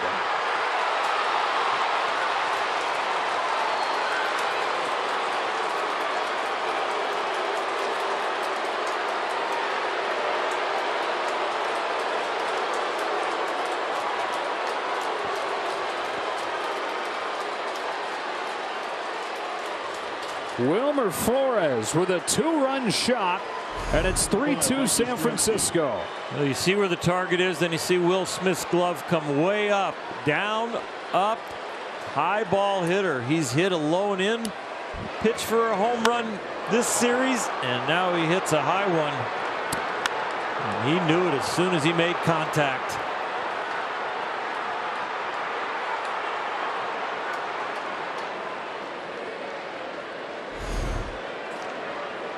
Yastrzemski. And so bookend home runs on this game. Yastrzemski with a first inning solo blast. Flores with a 9th inning 2-run homer. Homers continue to be the story for the Giants offense. They've hit 8 of them in this series.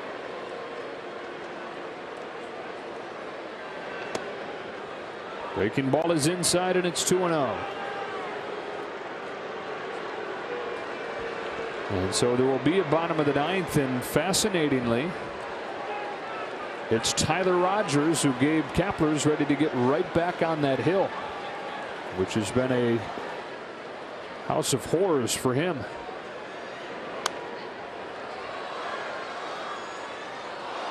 Well, the first mission is to keep this at a 1-run deficit. Kenley Jansen with 8 pitches, nobody up in the Dodger bullpen.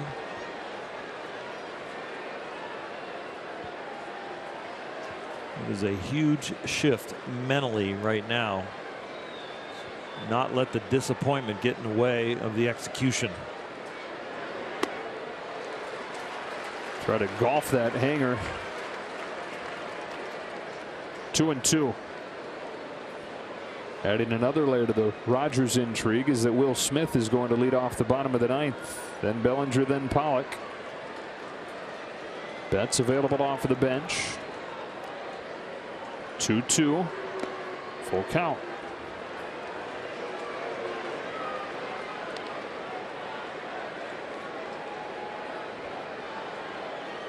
Top 2 teams in baseball this season.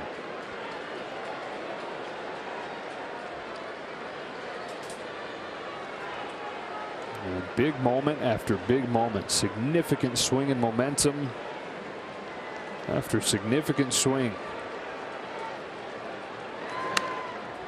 Stays full on Yastrzemski. Dodgers winning the first 4 meetings between the teams this year. We've talked a couple times tonight about the huge win for the Giants in Game 5 between the clubs, with Tauchman's robbery in the 9th, and then the win in extras. That started a run for the Giants where they won 4 of 6 head-to-head. Strikeout, 1 away. Looked like they'd make it 5 of 7 last night. They led 6-1. Dodgers rallied for the 8-6 win, one they felt like could shift the tone back in their favor in this head-to-head. Going into this 9th inning, it looked like they were going to hold on to it. The Giants saying not so fast. 1-run game, 1 gone, and here's Ruff.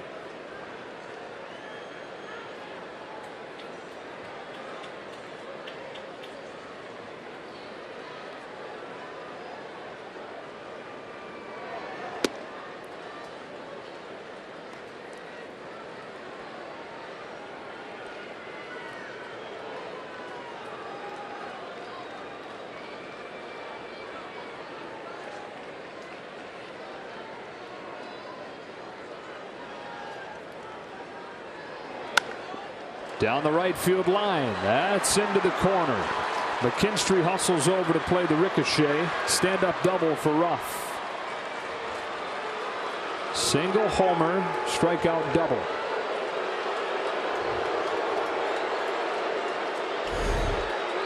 Another mislocation. You can see they're coming up and into a righty like they tried to do with Buster Posey, and Kenley misses down and away with this one.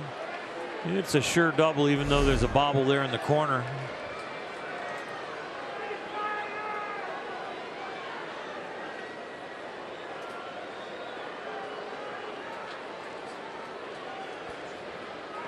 Mike Tauchman will pinch run for Ruff.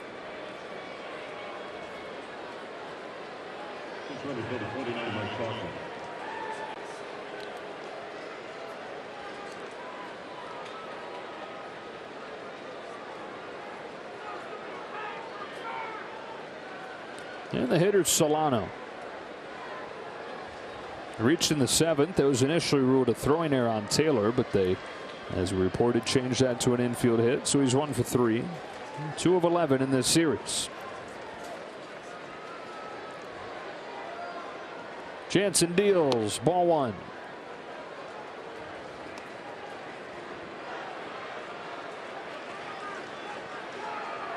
Kenley struggling with his rhythm right now. You can tell that the residue is the location.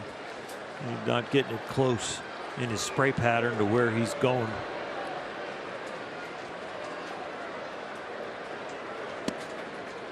Dave Roberts has Garrett Clevenger warming after Solano, another right-handed hitter in Estrada, but then it's a lefty in Wade.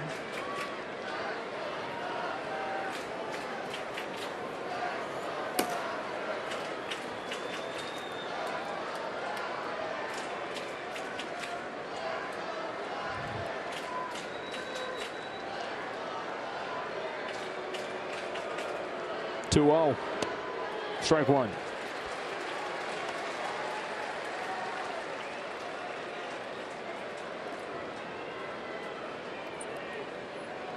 For a starting pitcher, this is laboring. You know, the reliever will have such a short time to get it, find it, and keep it.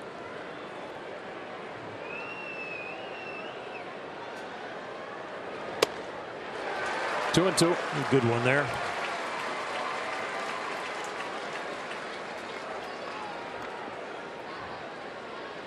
Dodger all-time save leader. Dodger all-time strikeout leader as a reliever.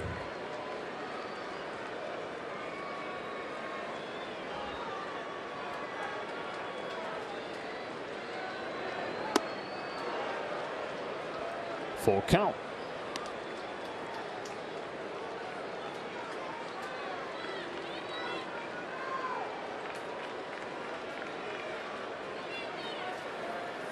Victor Gonzalez has started to warm.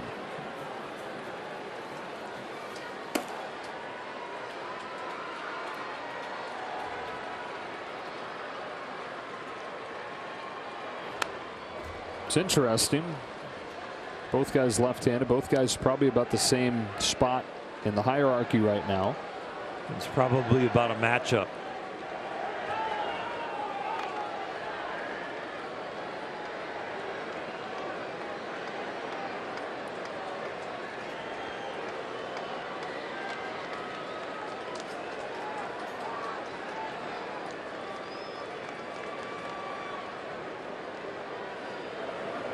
A walk.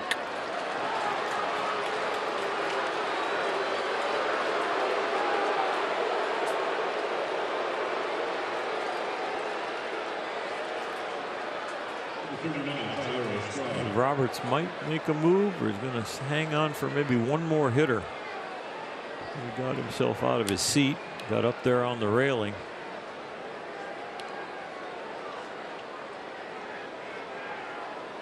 He's getting the lefties ready for Wade Jr. This will probably be Kenley's last hitter.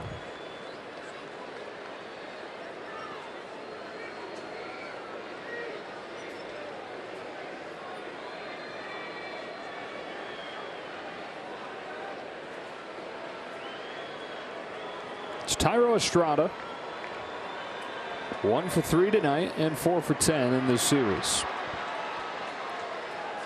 He has shown that he can hit the high fastball.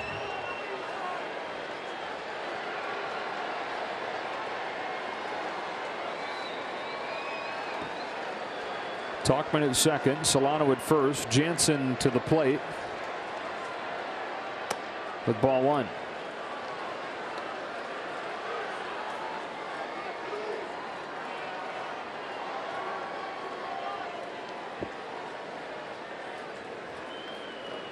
Kenley Jansen, prior to the blown save on Sunday, had given up 2 earned runs in his last 27 games.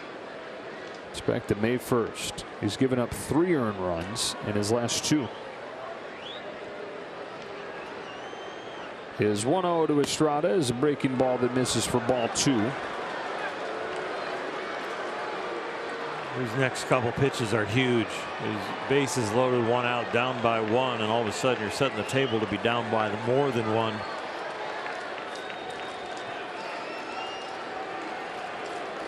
You got to go strength against strength right here.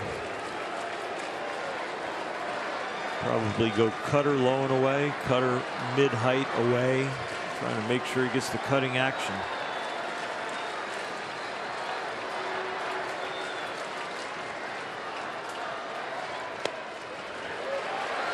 Taken down the middle, though. 2-1.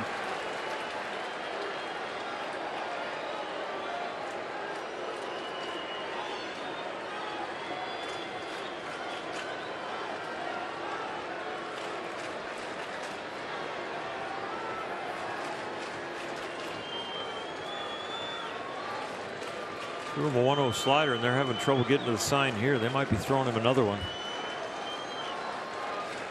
Yep. They did. Good pitch. Good call. 2-2. Yep.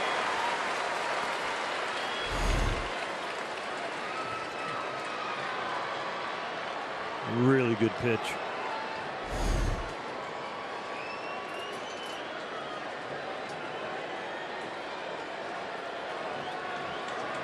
Three hits and a walk in the inning. Giants have taken the lead and a home run from Wilmer Flores. It's almost certainly going to be Kenley Jansen's final hitter. 25 pitches. The left-handed batting Wade on deck, and a pair of left-handers ready to go in the bullpen. You go fastball away, then 3-2 slider. Or you go slider right now. Slider right now taken. Count full.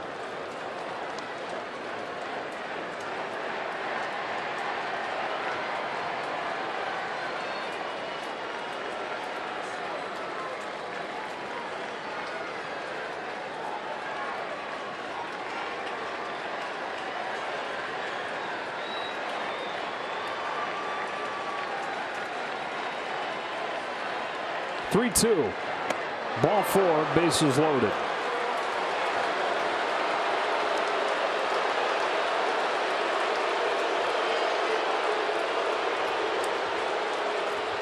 $52,076, a sellout tonight.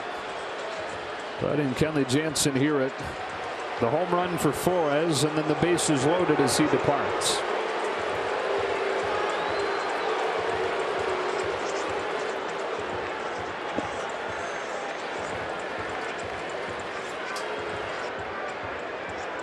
Giants now lead 3-2. Bases loaded. Victor Gonzalez coming on in what is still a very big spot, trying to keep this a one-run game.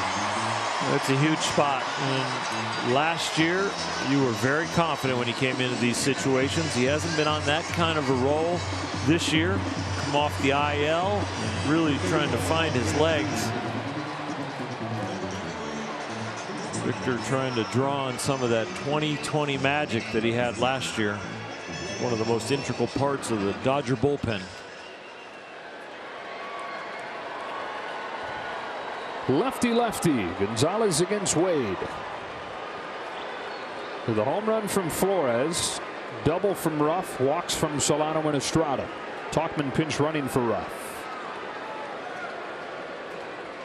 Infield pulled in as the first pitch comes home, and Ben's in there for a strike. Victor in his second game off of the IL.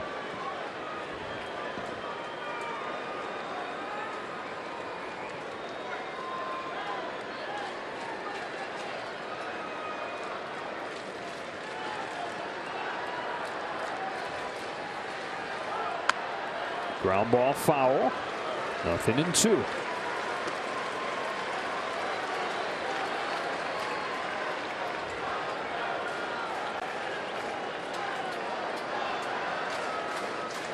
With the combination of just coming off the IL and being brought in such a big situation, 0-2 count, you go to throw this breaking ball, you got to really trust your catcher, and you really got to stay within yourself and not jerk it.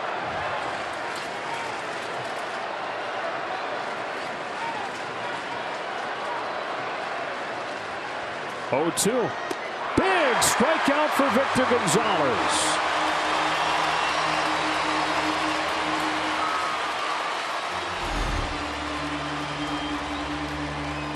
Not the best execution, but the best you could hope for as far as the results.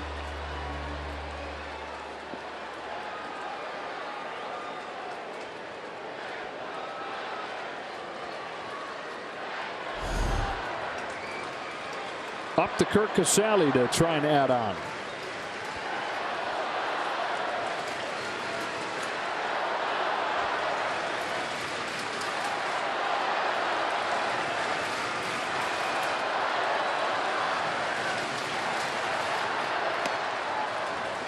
When a game and in a series, it's kind of been a tug of war of emotions and momentum.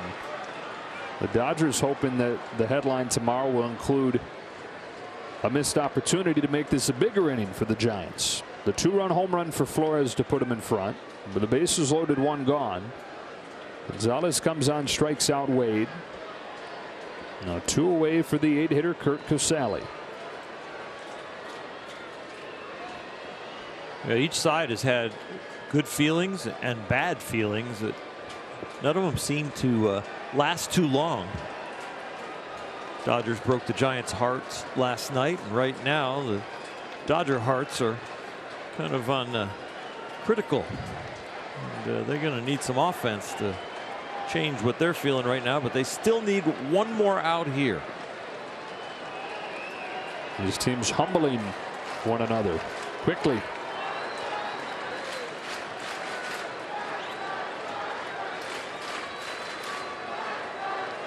The 1-0 pitch. 1 ball, 1 strike. Smith, Bellinger, Pollock coming up in the bottom of the 9th. Bellinger trying to find it, but he's sandwiched by 2 very hot hitters coming up against Rogers.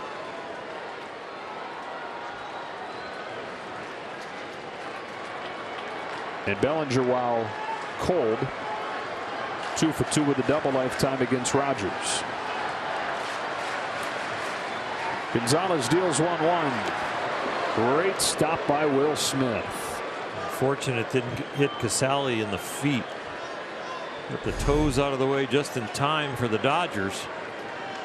And the back foot. Nice pick.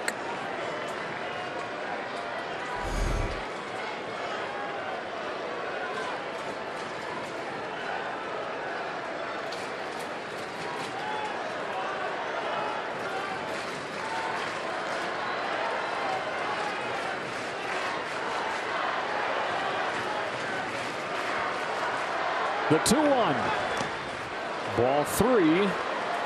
And nowhere to put it. Strikeout to Wade Jr. was a hanging breaking ball that he got away with in an 0-2 count. Since then, every breaking ball has been down below the knees. He's made the adjustment, but he's looking for the one that he can keep down and get a strike.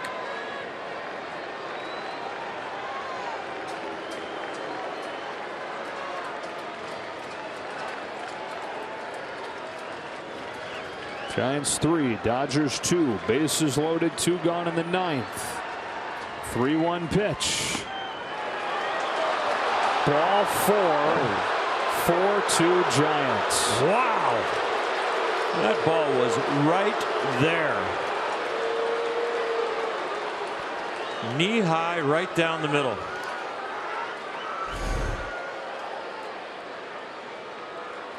You can't throw it any better than that.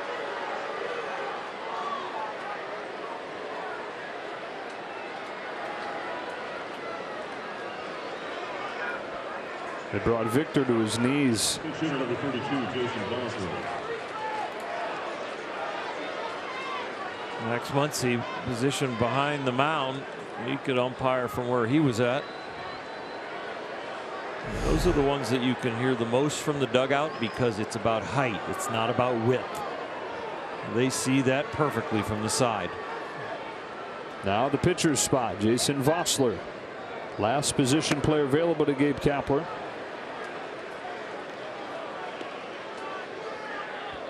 Giants have scored 3 here in the 9th, all charged to Kenley Jansen.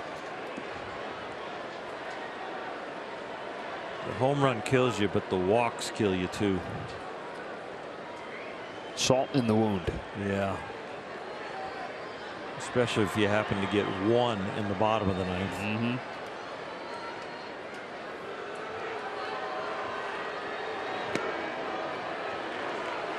2-0.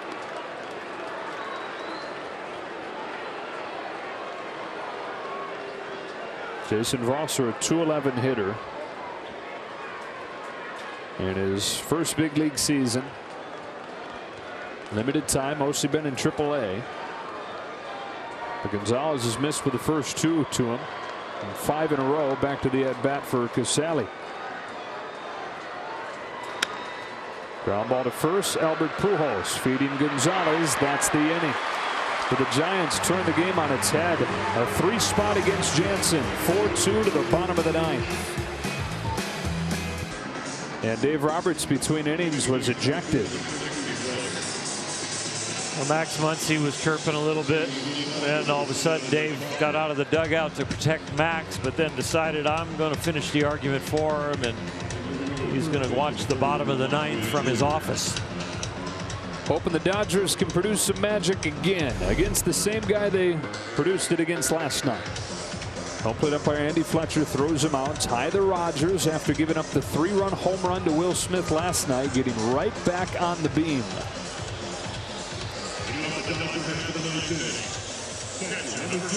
And look who's there to greet him. This was a huge swing, a great turn of events.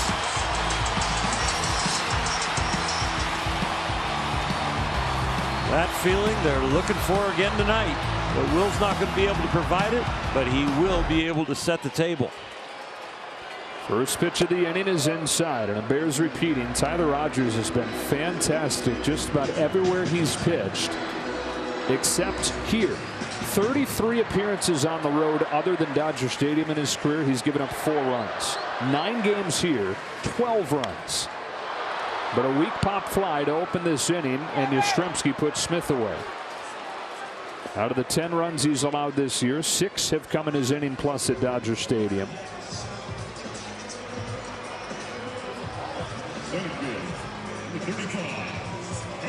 But he needs just 2 pitches to get the first out of the 9th here, and up comes Bellinger. A couple defensive changes, by the way. Tauchman in left, Duggar in center, Wade now at right. Are now at first.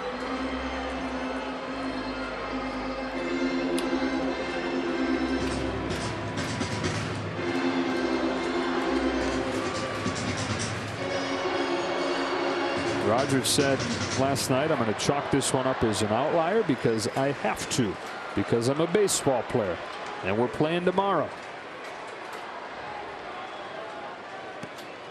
1-0 on Bellinger.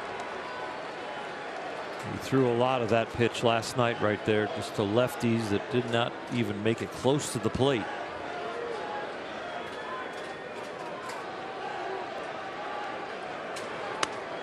Caught the corner there, 1-1.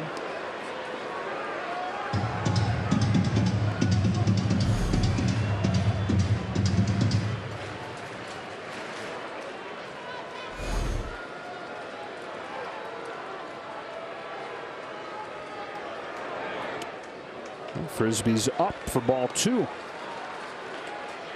When he lands that pitch for a strike, boy, that is a tough one to pick up. Funky. It's in a place all by itself. That delivery and that movement. Ground ball, backhand Wade, flips to Rogers, and the Dodgers down to their last out.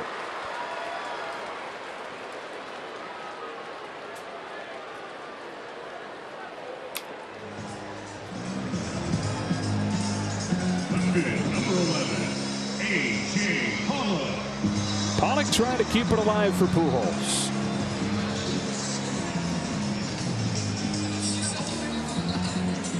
An RBI double in the 4th inning for the longest time stood as the difference in this game. All the way to the top of the 9th.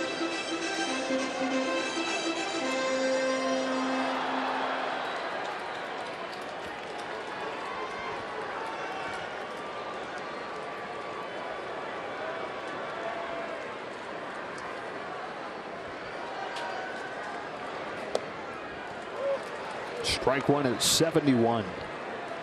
Series wraps up tomorrow. Dodgers will have Walker Buehler on the mound against Anthony DeSclafani.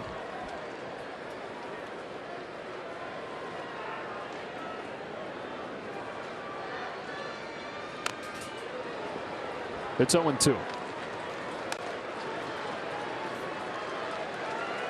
After the shocker the Dodgers put on the Giants last night, and then the pitching performance from Julio Urias going into the end of this game, it really felt like the Dodgers were taking control of this series and maybe the division.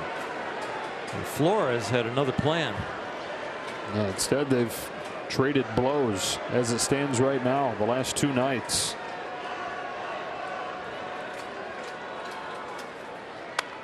Pollock down the line, foul. Good play, Shaw.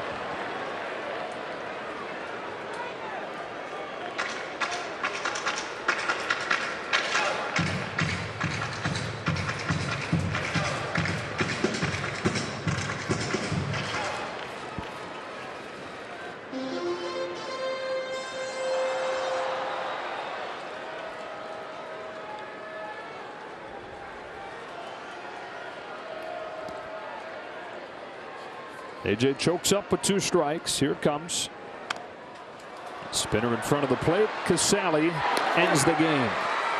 One night after the Dodgers tear the Giants' hearts out, San Francisco returns the favor with a 3-run 9th and a 4-2 win. The Dodgers are going to at least not be in first place for 86 days, and tomorrow they will try and split this series at home with these Giants. 4-2 the final score. The Giants the first team in the majors to 60 wins as the Dodgers fall to 59 and 38. For Orr Hershiser.